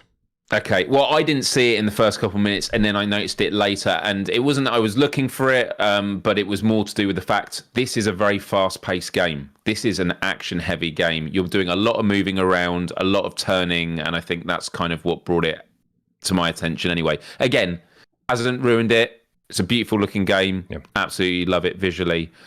Sound-wise, guns sound great, music's great, voice acting great. It just sounds great in every single way. You do feel immersed. And the haptics are great. If I'm just to mention one specific now, before I throw it back to you, yeah. Is in the opening cutscene, there's a bit where Leon like opens the car door, and when he does it, you get the little like feeling in the sense controller, and then when he closes it again. Those are usually my favorite haptic moments because they're the subtleties that really give a sense of immersion. It's the things that you wouldn't normally know. You're not aware of them happening, but they're keeping you immersed. They're keeping you present in that moment. Like, I am there. I am feeling this. When he's pushing back the tree, you can feel it. You can feel it in your hands as well. And then the final thing I'll say, which is going to kind of kick off, I think, the biggest discussion we are going to have, is RE Village. It was a VR mode, but it was a first-person flat-screen game that went to a VR first-person mode. Playing this, and I've only done the first 2 chapters, and I'm sure it's going to get better and better from what people are telling me is, stick with it. Of course, I'm going to stick with it. I'm having an absolute blast with it. But the thing I found in these opening 2 chapters, it really felt like a VR mode because there was so much VRAF stuff missing. And actually, the way I'm going to address this, actually, before I throw it to you, I'm going to throw it to you now, Brian, is I want to, it'd be a thing where I might write down my answer on a card and then hold it up and see if we're saying the same thing. Mm-hmm. What was the first moment in RE4 where you tried to do something that you would do in VR and you couldn't do it? Oh, we're going down this route. Okay. Yeah, opening drawers. There's these drawers that are slightly ajar, and they're everywhere. And I was like, oh, let me reach out and... Oh, okay. Well, that's not going to open. Oh, these cabinets right here. Well, those aren't going to open either. Yep. There was a very first moment, though. Was then so when you first get out of the car and you walk, there's a boot on a stone on its own. And the only reason I bring it up was there were people in the chat saying that they tried to do it as well. There's like a boot of the person you're looking for. So I went to grab it and you just couldn't grab it. And I was just like, okay, this is you can't interact with it. I guess before I even went inside anything, there was like a tree stump. And on the tree stump, there was like a dead rabbit or something in a hatchet. And I was like... Hatchet, that was it? And I was like, oh, well, this is a Resident Evil game. Like, I need a melee weapon to get myself started. And I tried to grab the hatchet. And that was one of the ones where I was like, well, clearly I'm going to be able to pick this up and use it. And if I was like, oh, nope, that's not happening. Okay. Yeah. So this gets to sort of the heart of the issues I had with the game. But just to preface this, although I had a lot of issues with this VRAF thing, this is a phenomenal experience. Yep. And I actually watched only a bit of your live stream when I first woke up, and it was you setting up the game, going through all those fucking menus. Right. And I'm glad I watched you struggle because it helped me realize you could go down the menu to find tunneling. Although what you do is you keep scrolling down and then it keep going back to the top again, and you weren't sure. Yep. So tunneling. And then there's all the first person options. Oh, it's all first person. Turns out there's still a lot of third person stuff. But anyway, I'm going to stop rambling now. Your turn. What did you make of it, Brian? I mean, okay, listen. The thing is, when there's a game this good, that's that it comes from a AAA developer, that's AAA quality, that's probably the best adventure we've got on the headset since Village came out at launch. It's funny that it's so easy to kind of say, well, what doesn't it have? It's like, there's like a little bit of a haze and stuff. Like when you're looking out at things, it's like, yeah, but it's still the best thing I've ever seen in VR. Oh, I can't pick up every single item, but everything you can do, like firing your weapons and reloading and using a knife, which I'm sure you have a lot to say about. It all feels so good, and so while I think it's hard not to think about this when you're playing the game, especially when you've, I've been playing Vertigo too, which is about as VRAF as VRAF gets. Then to go directly to this, when you're like, oh man, I just want to pick up everything. I want to pick up everything. I want to throw it. Where my brain kept going while I was playing it was like, man, wouldn't it be great if Capcom just made a made for VR Resident Evil game, which is the opposite of everything I've been saying for years, right? Yes. Because I'm like, because the only way we're going to get AAA VR games is if they're brought over from AAA flat screen versions of those games. Like, we're not going to get a full-fledged Resident Evil adventure if it's only made for VR. It's just not going to happen, at least not for a few more years minimum. And so it was weird to have that feeling. I was like, oh, I wonder what a Call of the Mountain version of this would have been like. It's like, like my brain broke when I was playing it. I was like, you can't have it both ways, bro. Fucking pick a side, you know? And I think when it comes down to it, those things, I played for an hour and a half last night. I haven't had a chance. I've been working on PSVR this week all day today. I haven't had a chance to get back to it. Just like reprojection, these things do, I think, fall to the wayside the further and further you get into these games, because you appreciate what's there, not what's not there. And so I imagine that's where my brain's going, that's where my brain will go. How far did you get into this? So I've just completed chapter 2. So I've played like an hour and 45. So I won't say where it is in the story, but yeah, I made quite a bit of progress. But yeah, and just to sort of go back to that point, all the stuff that you said is exactly where my mind is at. Like, the fact I couldn't pick up a boot at the beginning isn't me going, it's ruined. It's ruined. Going through the whole adventure, like that boot, that just having visions of that boot I couldn't pick up. Like, it's just like going to be going to sleep tonight going, couldn't do it. My point was that you just, when you're in these worlds, you act in certain ways in VR. And I think the VRAF stuff that does bother me a little bit was there were missed opportunities. Well, firstly, let me start with a compliment. There is a lot of stuff that puts you in third person when you do the roundhouse kick, sometimes when you're going through windows, sometimes when you're opening doors, but it's not consistent. See, there's a bit I want to talk about. It's one of the first doors you go through in the game. I don't know how to talk about this. Well, it's fine. It's a cutscene, actually. So you go into a room and there's someone there. And I'm like, if that was actually in VR and you go into the door and there was a person there, that would have been so much scarier. But I know that they turned this around in, 8-9 months, which is an absolute miracle. Right. They did this super quick. If they were going to do anything different, it would have taken years to do. However, the third-person mode stuff is phenomenal because the most of the time, the roundhouse kick is hilarious every time it happens, and it works. It doesn't make me feel motion sick. It works so seamlessly. It's great. I love it. However, when it comes to climbing ladders or turning, there's like, you got to like crank up stuff and you're just having to hold the X button to do it. There's moments like that. I'm just like, it would have been nice to be able to do it ourselves. I don't think that's a massive ask in terms of, that's not a game breaking thing, but like, and we talk about like not being able to pick up like the weapon that you saw when the enemies are like using like cleavers at you and they drop it and then you can't pick it up.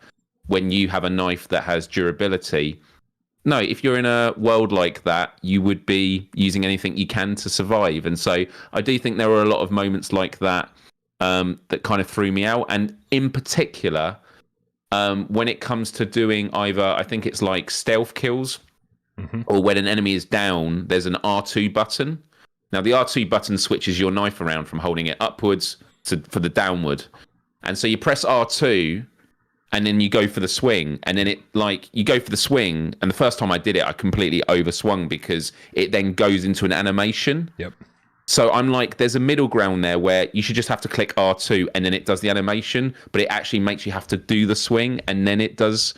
And there's just a few things like that where I'm just like, it's not entirely clear what the rules of VR engagement are. Some of the doors you open yourself. Sometimes, obviously, there's cutscenes, which is fine. Sometimes they're cutscenes in first person. Sometimes they're cutscenes in third person. Some collectibles you have to press X on. Sometimes you have to pick them up off the wall. And like these are all tiny little things. But all I'm saying is, through my first 2 chapters, I was having an amazing time, but there was always a constant sense of what are the VR mode rules of engagement with this world that I'm supposed to be interacting with, and that's kind of it for me. I'm going to read this comment out because I have had people talk about the game being blurry, like unable to read the text blurry. And I'm like, what? And so I didn't have that. Yeah. Zero Spirit in the chat says, if anyone's having an issue with the game's clarity being blurry, turn off tracking assist and it will fix it. Tracking assist adds the border to the TV while playing. I have no idea how that connects. No, but if it does work, then great, because my tracking assist is off, and maybe that's why I didn't experience it. Yeah. I don't know. It seems very disconnected. Those two things don't seem like they go together, but who knows? And also, like when Leon's opening the doors double, like I just want to be doing that with my arms and that. And again, a lot of people are going to go, is that really something worth complaining about? It's not like, but to be fair, I was thinking about it a lot as I was playing it. So like, if I was thinking about it while I was having the point was I wasn't thinking about that when I was playing RE Village. It's a very different experience as well. I think I've definitely obviously toughened up with horror games since, although I still get shit scared at stuff. There were 2 moments that kind of made me jump, but in the 2 chapters, I've not found it scary at all. I love the environments and stuff, man. But yeah, I was okay. So it had been a while since I played Resident Evil 4. It had been long enough where I was like, I don't remember this. Like I thought they changed up the story at the beginning where one of the drivers was like, "Oh, I need to go take a piss break." Like I don't even remember. That's like the reason we were getting out of the Jeep. Like I didn't even remember that. And so I was like, did they change this? Like, you know, in a very strange way. But apparently it's just been that long since I played. But yeah, dude, I get into. I was pretty scared at the beginning. And like the very first enemy you encounter, which unfortunately turned into a cutscene, you know, and you watch Leon take down the guy. I was like, oh well, that's taken care of. But then the next guy that I encountered, where I actually had to take him down myself, I was like, the tension for me was really building up. And then of course it becomes kind of an action game when you get to the village and you know, you're running around, you're doing roundhouse, you're shooting, then following it up with a roundhouse kick, you know, trying to just take down as many enemies as you can, sneaking up people. Like it's a lot of action. And the second that happens, this is also the reason that like Resident Evil 4 is where I started losing interest in Resident Evil years and years ago, is because it takes, when it's just nonstop action like that, it takes away from the tension. It takes away from the horror part of Resident Evil. And I'm experiencing that exact same feeling in RE4 as well. So I do think that, you know, that within the 90 minutes that I played last night, I acclimated to the horror that was going on, so unless something changes, of course, like I said, it's been a really long time since I played. I don't remember the story very well. I don't remember where it goes. Then maybe it won't be nearly as scary for me as Village was. But and also it's worth saying, you know, Village had a very different tone to it.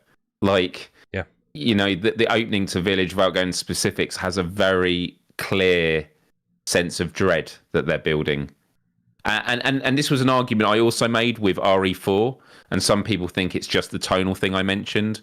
But when you're playing RE Village, you're playing Ethan, who is feels very much like you, vulnerable, like being beaten the crap out of by this horrible world, having a lot of bad luck. You're vulnerable in this, and this does make a difference. I think for me personally, psychologically, I'm Leon MFing Kennedy. Like, I'm a badass. I'm in here doing roundhouse kicks. Just makes everything hilarious. And it's epic. It's absolutely epic. And so I think that adds to it as well.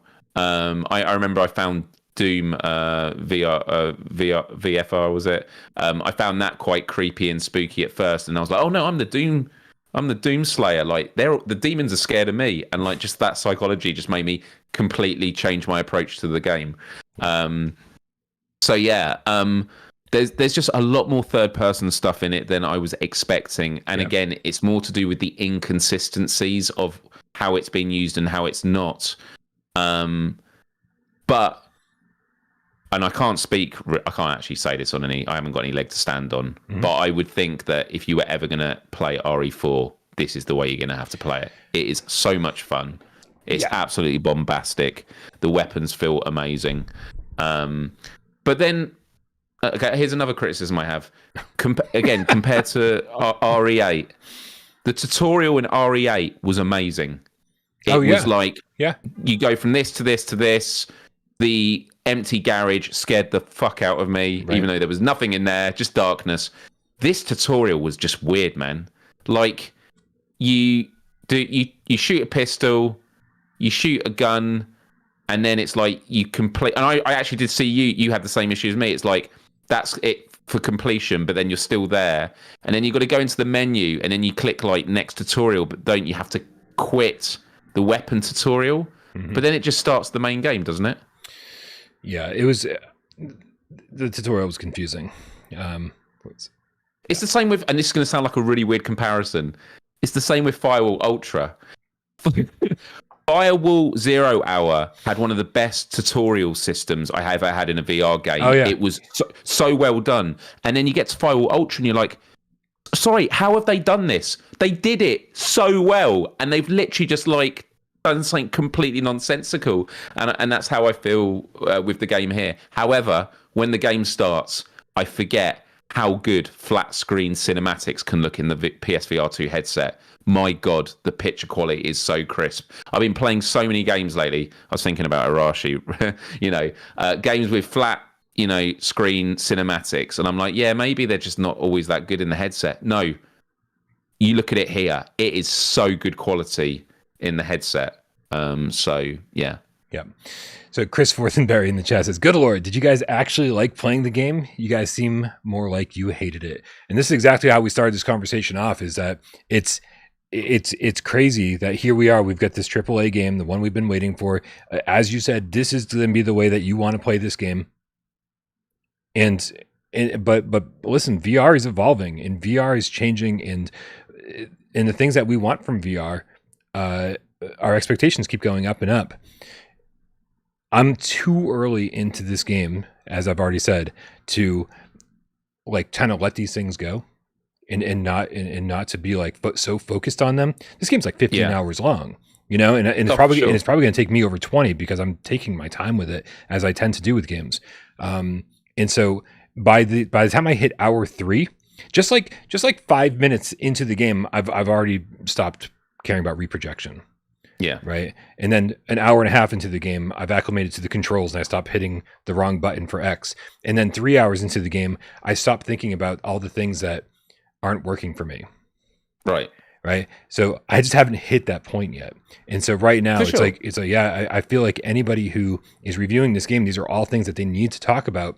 And then at the end they say, but it doesn't fucking matter because the adventure is so goddamn good. Right. And we had such a great time. And this is such an epic blah, blah, blah. It looks amazing. It sounds amazing. It plays great. And it's like, yeah, but just keep in mind that there's a bunch of 2D cutscenes and that's like not as VRAF as you might expect.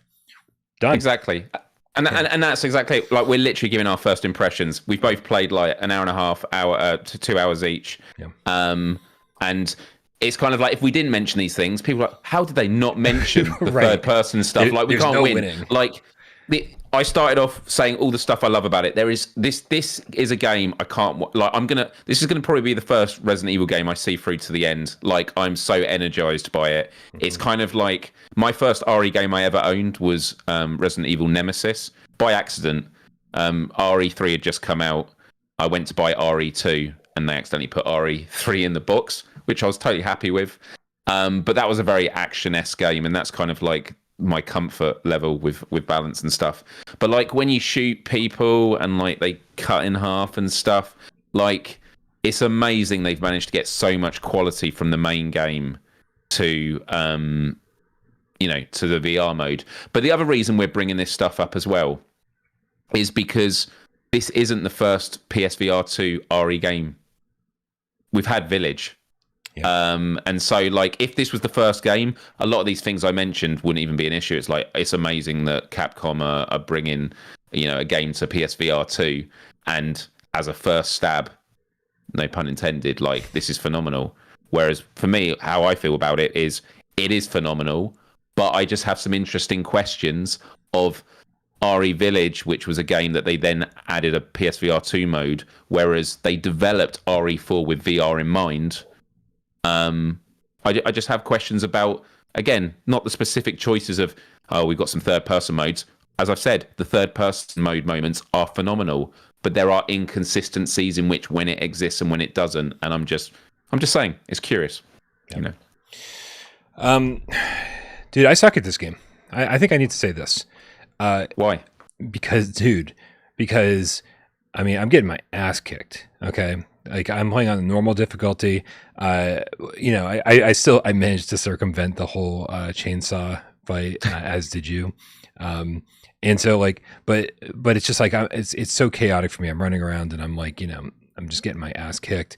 And I encountered a dude like after that first village area that I couldn't seem to kill, and I was like, maybe I need to take a different approach at this. But like while I was in the game, I was like, what the fuck? Why am I not able to kill you? And so I'm excited to kind of get to the point where like I'm super comfortable with the controls. I feel like I keep reaching to the wrong place to grab my next ammo clip, and so so I want to get better at reloading.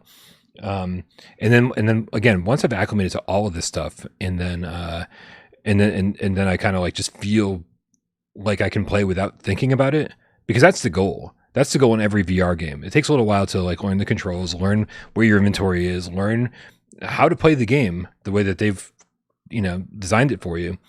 And then once you've gotten used to that, then you can be fully immersed. I can't wait to know how to holster my gun. I just keep dropping it on the floor. I just keep throwing it. I think it's fun. Like I just like, oh, I've got a knife in my hand. Well, throw that shit, because like another one's gonna pop up in a second. Yeah, my pistol. Every time I put it down in my holster, it's like it's on the floor. I'm not grabbing to pick it up because it's gonna spawn. There's a few people in the chat that have mentioned. Actually, I think we had a tip from Fifth. With the $2 saying the gun/bag at waist is annoying, gets in the way. It does come a bit out the front. Can we adjust that in the settings? I haven't looked yet. There's a lot of things I need to check on.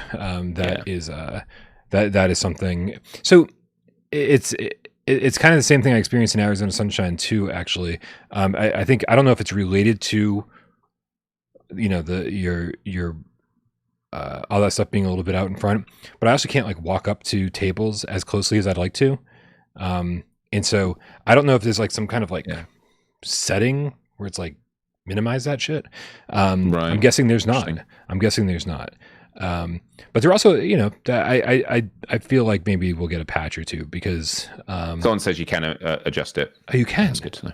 Yeah, that's amazing. Thank you, LC 2552 beats. The musical Gamecat. That was a long fucking thank you. Sweet. So yeah.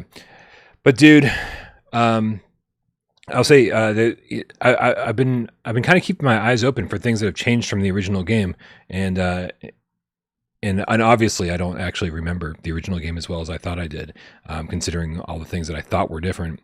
But when you get past like that first village area, and then they tell you about those blue medallions. I was so happy to see that, because that was one of my favorite things early on in the original Resident Evil 4, where like you see a blue medallion hanging from a tree. It's kind of like an Easter egg hunt, right? And it gives you a reason to like, again, take your time, explore the environment, and really spend some time there rather than just running in, kill a bunch of zombies, or what are they called in this game? I don't know. The chat's gonna crucify me in about 2 seconds. The Las Plagas, right? Is it Las Plagas? And then move on to the next scene, So and that's the kind of stuff that I really enjoyed. And I was super happy to see it here. I didn't expect to see it. Really happy that it was here. Yeah. We're just so lucky to have Capcom and PlayStation in partnership putting this out. Like, I'm really looking forward to getting back to it and playing more. Yep. So those are first impressions, man. Again, it's beautiful. It's epic. We don't get a lot of games in VR, period, that are lengthy. It's like you get a 10-hour campaign, you're fucking ecstatic. But then you get something like this that has, you can spend 20 hours in easily, maybe even longer. Obviously, if you want to do everything it has to offer. Plus, dude, it has trophies. It has trophies. And so we buried the lead, right? Well, the fact is that we what are you doing, buddy? Come on. You want your tail's on camera. How about the rest of you? Yeah, you want to hang out, or you just want to keep your butt in my face? So this is the same. So what I'm going to ask, Brian. Yeah. Sorry if I'm derailing the conversation, but it is related to trophies. You were telling me how for RE Village, they had to change, like they had to put more collectibles to make up for the fact that VR wouldn't have the goats. So is this also happening? I guess it might be too early to say. I'm wondering if that is also the case for this VR mode, especially if there are trophies, because the trophy list is the flat screen trophy list, right? Or is it? It's using the flat screen trophy list. Yes. Yeah. Yep. Yeah. And so I'm completely baffled by if you're able to get all of the trophies in the VR mode or not. And if you are able to, you better fucking believe that I'm going to go get them all, because that was a highlight of Resident Evil 7 for me, was giving myself an excuse to go play it again and again and again and again.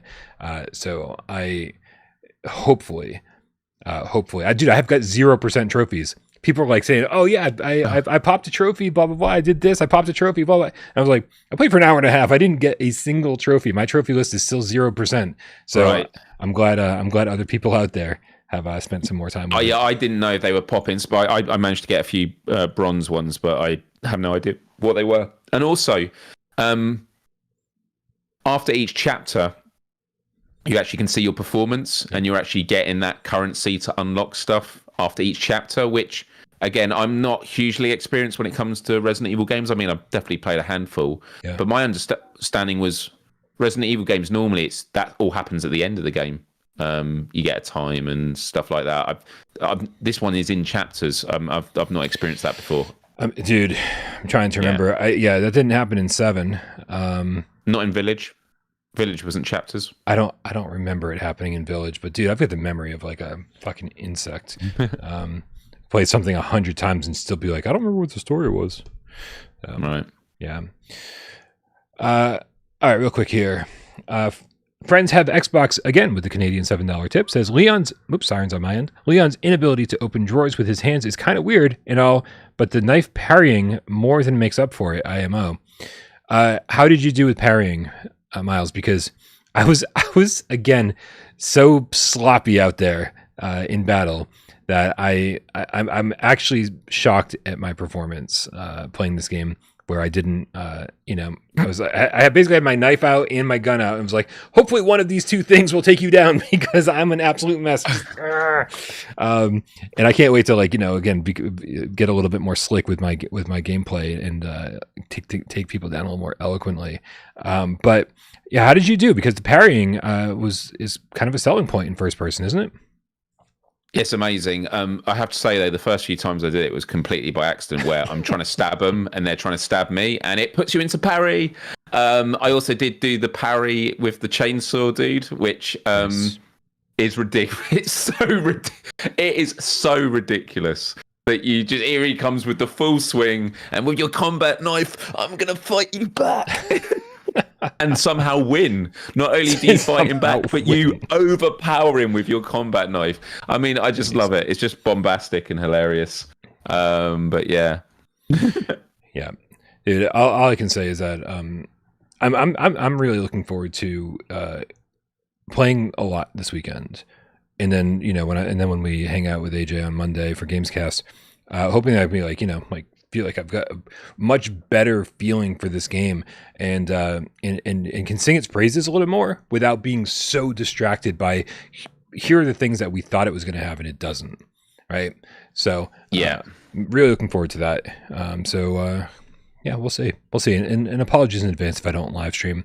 Maybe I'll do a Letterboxd episode on what's going on, but it's not fun for me. And I do apologize, because I know it's something that I was planning on doing. And not loving it. All right, man. Well, you know what? Much in the chat was going, "Lol, Myles, you underestimate Leon Kennedy." I'm not underestimating Leon Kennedy. I'm underestimating the combat knife. Oh, the strength of the combat knife. Yeah, dude. I liked being Ethan. You touched on this. I liked being Ethan more than I liked being Leon, just because Ethan was a blank slate. He didn't have a lot of thoughts, and that's like me. Right. He didn't have a lot to say, except for Monday, Wednesday, Friday. That's like me. And so I just really enjoyed being Ethan. Like, they let you just be Ethan, and in this game you are Leon, and or you're playing as Leon. And I think less of your own personality gets to come through when you're playing as somebody who's so heavily scripted, and especially somebody who's so already established in universe. So I think it's going to throw me off a little bit. All right, man. It is time. Oh, sorry. Keen Bean with the 2 quid says the Winchester SG add-on works in VR. It is badass. Dude, I, I, I think during my playthrough, I totally missed a shotgun. I think people are saying, "Oh yeah, you walked right by it." I was like, "Fuck," because I was like, I found shotgun ammo, and I was like, "Shit." I think we should did the have- flip side yeah. in Village. I think I walked past loads of guns that would have helped me out later on. And then you'd found, yeah. But yeah, definitely looking forward to seeing the add-ons. Dude, I mean, because Village was very customizable. The more you played, the more you unlocked, the more weapons you found. You got to upgrade your weapons. That's you and I both have the same opinion on these things. Progression is what makes the world go round in some of these games. Like Right. so feeling stronger 5 hours into the game than you did when you started. 10 hours in, you feel even stronger. 20 hours in, you're a fucking badass. Like, I love that progression. And so far, I haven't even gotten to a store. Like, what you selling or what you buying, right? What you selling. I want to be the shopkeeper. He's British. Yeah. So I related to him. I was like, "You're right, buddy. What are you selling?" Oh, you are him. I could be him. It's very nice. Good. All right, man. This has been a long episode of Gamescast Live, and if you even knew what I went through for the 10 minutes or the 20 minutes before the show started, we almost didn't have a show. OBS really shit the bed on me, but managed to put it all back together very last second. Dude, let's wrap this up with a little game of 20 questions. For anybody who's new around here, we play PSVR 20 questions in every show. One of us comes up with a game. The other one has only 6 minutes and 20 yes or no questions. Yes, we stole this from GameScoop to figure out what PSVR 1 or PSVR 2 game that is. Myles, are you ready to play? I'm not, but I've got the Gamecats on my side, so That you do. I'm at least half ready. Excellent. Well, guys, suggest good questions to him in the chat, and then based on the answers I give, suggest good games. Let's put 6 minutes up on the clock. On your mark. I already forgot what game it is. Get Des, go. Does it have a multiplayer? Yeah. Okay. I think we're done. Fantastic. Multiplayer. Is the game set in a futuristic or sci-fi environment? Yeah. Okay. So far, so good. Yeah, this is right.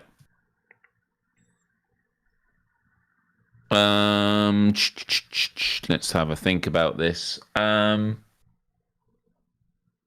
Is it a sequel or is it part of a franchise, a gaming franchise? Like, is it a sequel or prequel or adjacent?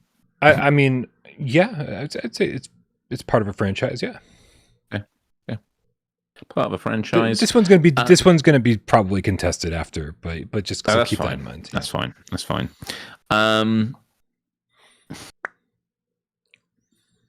Does the game feature like iconic characters or mascots? Is it that kind of thing? I would definitely say their iconic mascot in the game. Yes, there is. Yeah. Okay, this is good. And is this on PSVR 2? Yes. It's on PSVR 2. Okay. That's 5.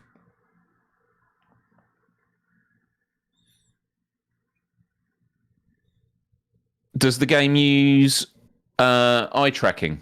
Like, as like a actual feature? As opposed to like, for optimization, but not to my knowledge. Yeah. Okay. And would it make a top 25 list? Would it be a consideration among like the four of us? It probably it could be in consideration. Yeah. It could be. Could be, yeah. Okay, so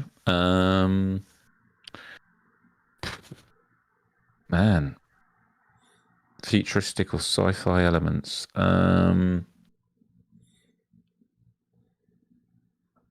Is it oh man. You're primarily shooting weapons in this. No, I wouldn't say that. Not.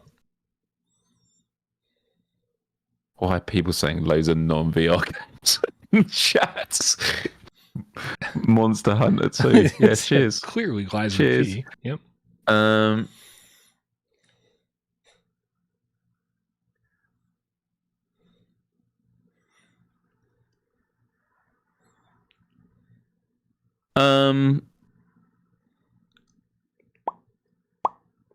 Oh man. Time is half gone. You still have 11 questions and a guess.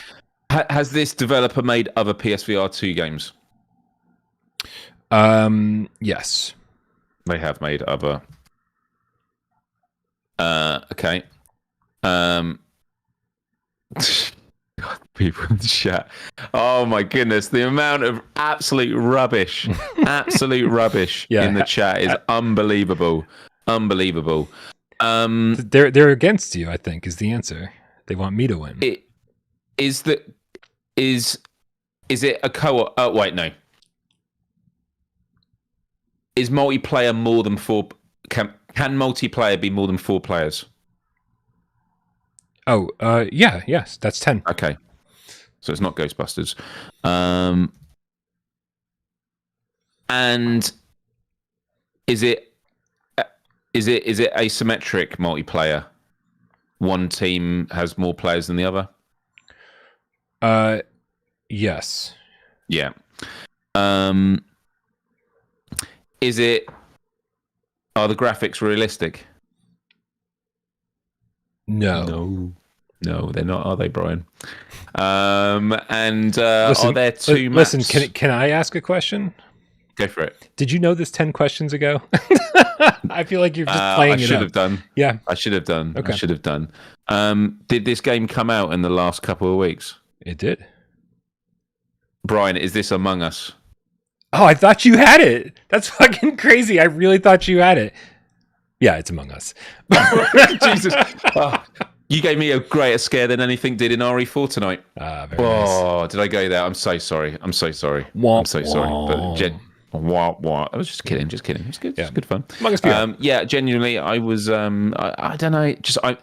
I find that with this game, the closer I am to the correct answer, the more scared I am that I'm going to be wrong, because I can't remember. There was one week where I actually did get one wrong, and I think I still suffer post-traumatic stress from that.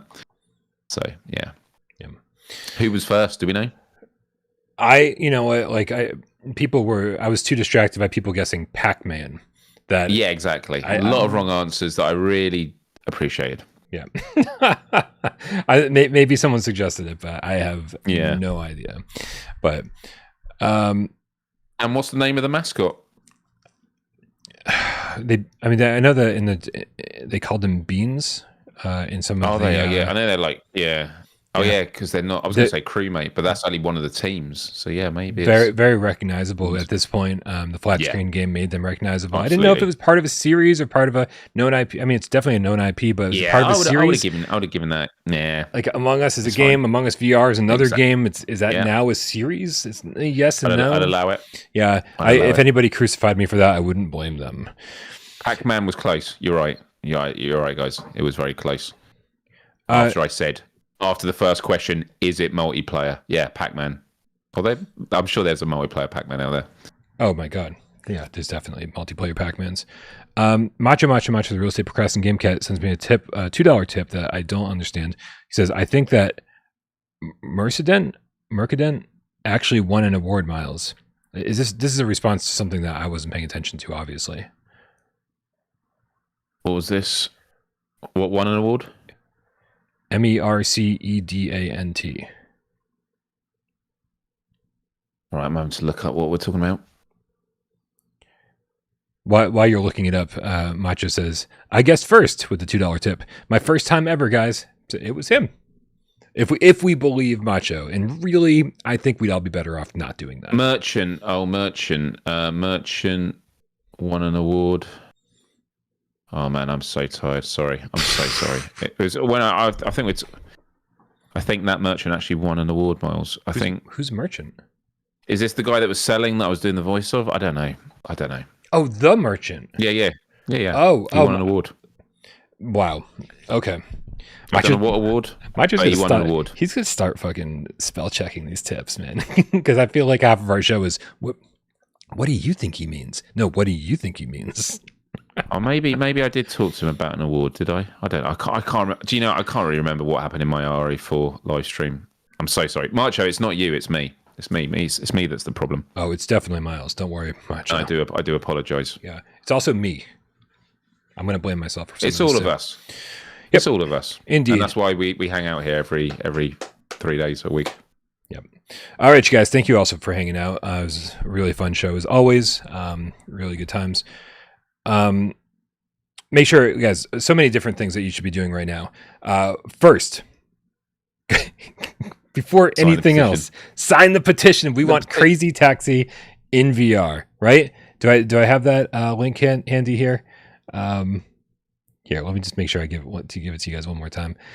I'm going to put the link in the chat one more time. If you just showed up and you want Crazy Taxi in VR, sign the petition, retweet my tweet. Make sure we get this to as many people as possible, right? Because this is our way, our chance of getting our message to Sega and showing the hundreds of thousands of people, if not millions, that want Crazy Taxi in VR.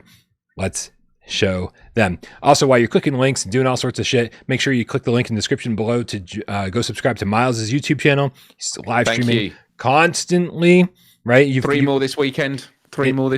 So currently you're 11 games away from having played every PSVR2 game. Is that the deal?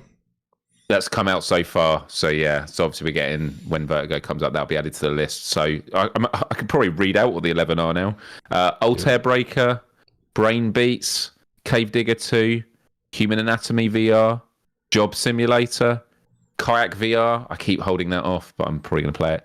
NFL Pro Era, NFL Pro Era 2, Puzzling Places, Zenith, The Last City. I feel like there's something else. For VR Pool, Forever Pool. Oh, Forever Pool, yeah. I want to check that out so badly, but like, man, it's just like I'm drowning in like 100 other games right now. Yeah, but we've got coming up next week. We've got Vertigo 2, hopefully. Towers and Powers. Is that next week? Yep. Yeah. We've got not for broadcast VR. Oh yeah. You already streamed that, right? Yeah, I had. Yeah. Had a good time with that. Although that was terrible. And then there's one other game coming out next week that I've totally. Oh, is it Tiger? Was it Tiger Blade? Yep. Oh no, that's 22nd. 22nd, I think. Yeah. So they're all over the map. I feel like they changed it to the 20th or something. I don't fucking know. It's crazy. B Smith 2332 with a $2 tip says, "Crazy Taxi VR." I'm assuming that's how they're going to say it on the title screen when we finally make this shit happen. Somebody else had in the chat earlier just wrote, yeah. And it's like everybody knows what we're referencing. It's like, yep, it's a great soundtrack in Crazy Taxi. And I hope they're going to bring back all the classic songs somehow in the remake. Sirens on my end. Guys, don't forget to come join us over. Oh, I'm sorry. Here, we're going to do this. This is the GoFundMe. If you guys want to help support getting everybody to the Gamecat meetup, it's a lot of money, guys. The plane fare, the hotels cost a lot. Just living for a few days. So if you want to come help us out a little bit, we're going to do if we can make this happen successfully and get all the co-hosts to the Gamecat meetup in March over at PAX East, then we're going to do a live episode of this show with all four of the hosts. We're going to do it live for the first time ever. We're all going to be in the same room together. This is actually going to be my chance to meet Myles for the first time in person. My chance to meet Wes for the first time in person. We've been friends for what seems like forever at this point, but I've never actually met you or got to shake your hand or give you a big fucking bear hug. Like, we're going to be all in the same room for the first time ever, and we're going to do a show.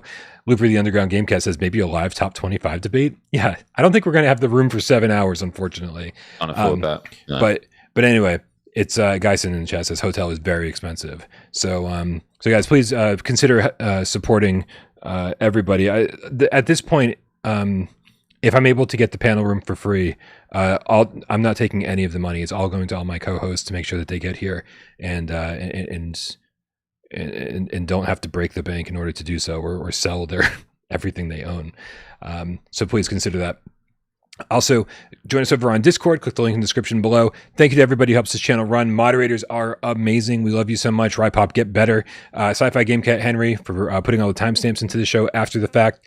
Also, God, I'm missing a whole lot of things right now. Everybody over on patreon.com/without parole games and here that are members that help the channel out financially. Everyone who tips during the show.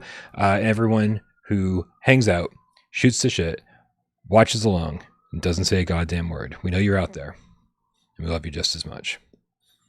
Happy Friday, Myles.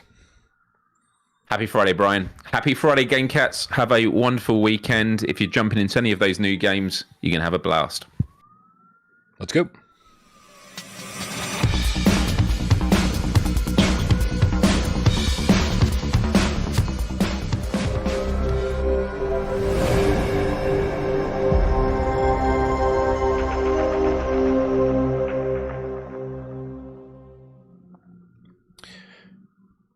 Dan Kiefer in the chat. Also, sorry about all the sirens. Dan Kiefer in the chat says, "Gotta love those meetups. You finally get to see who's a giant and who's not." Yeah, definitely funny. I think I'm bigger in person than people expect. Hello, Brian. Can I interest you in some merch? Do you need shotgun shells? Handgun bullets?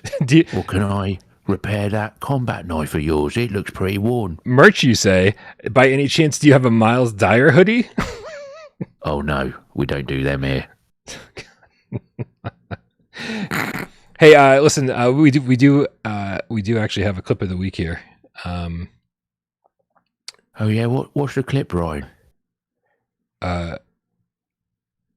Where it went, I have no idea. Oh, I like that one. No. I've got it, but it does come with a warning. The guys, don't forget that over on our Discord, you can excuse me.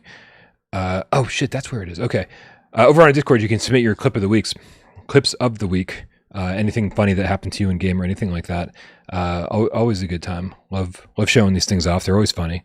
But anytime a new course comes out in Walkabout, 4D the Gamecat figures out how to do a hole-in-one on every single hole, and then he compiles them all into a video.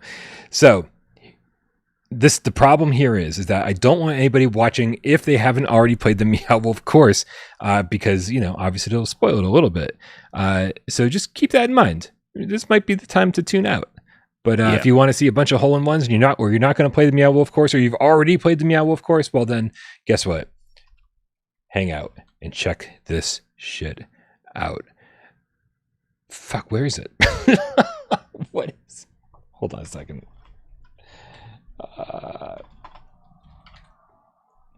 Here it is. This is what I was looking for. All right, let's see it.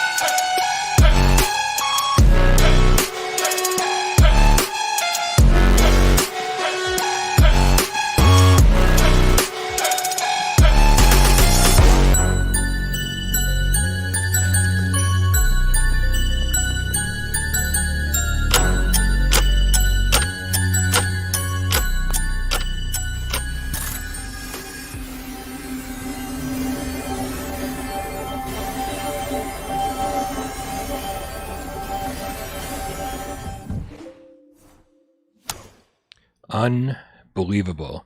Unbelievable. A little bit spoilery, but holy crap, dude. That was,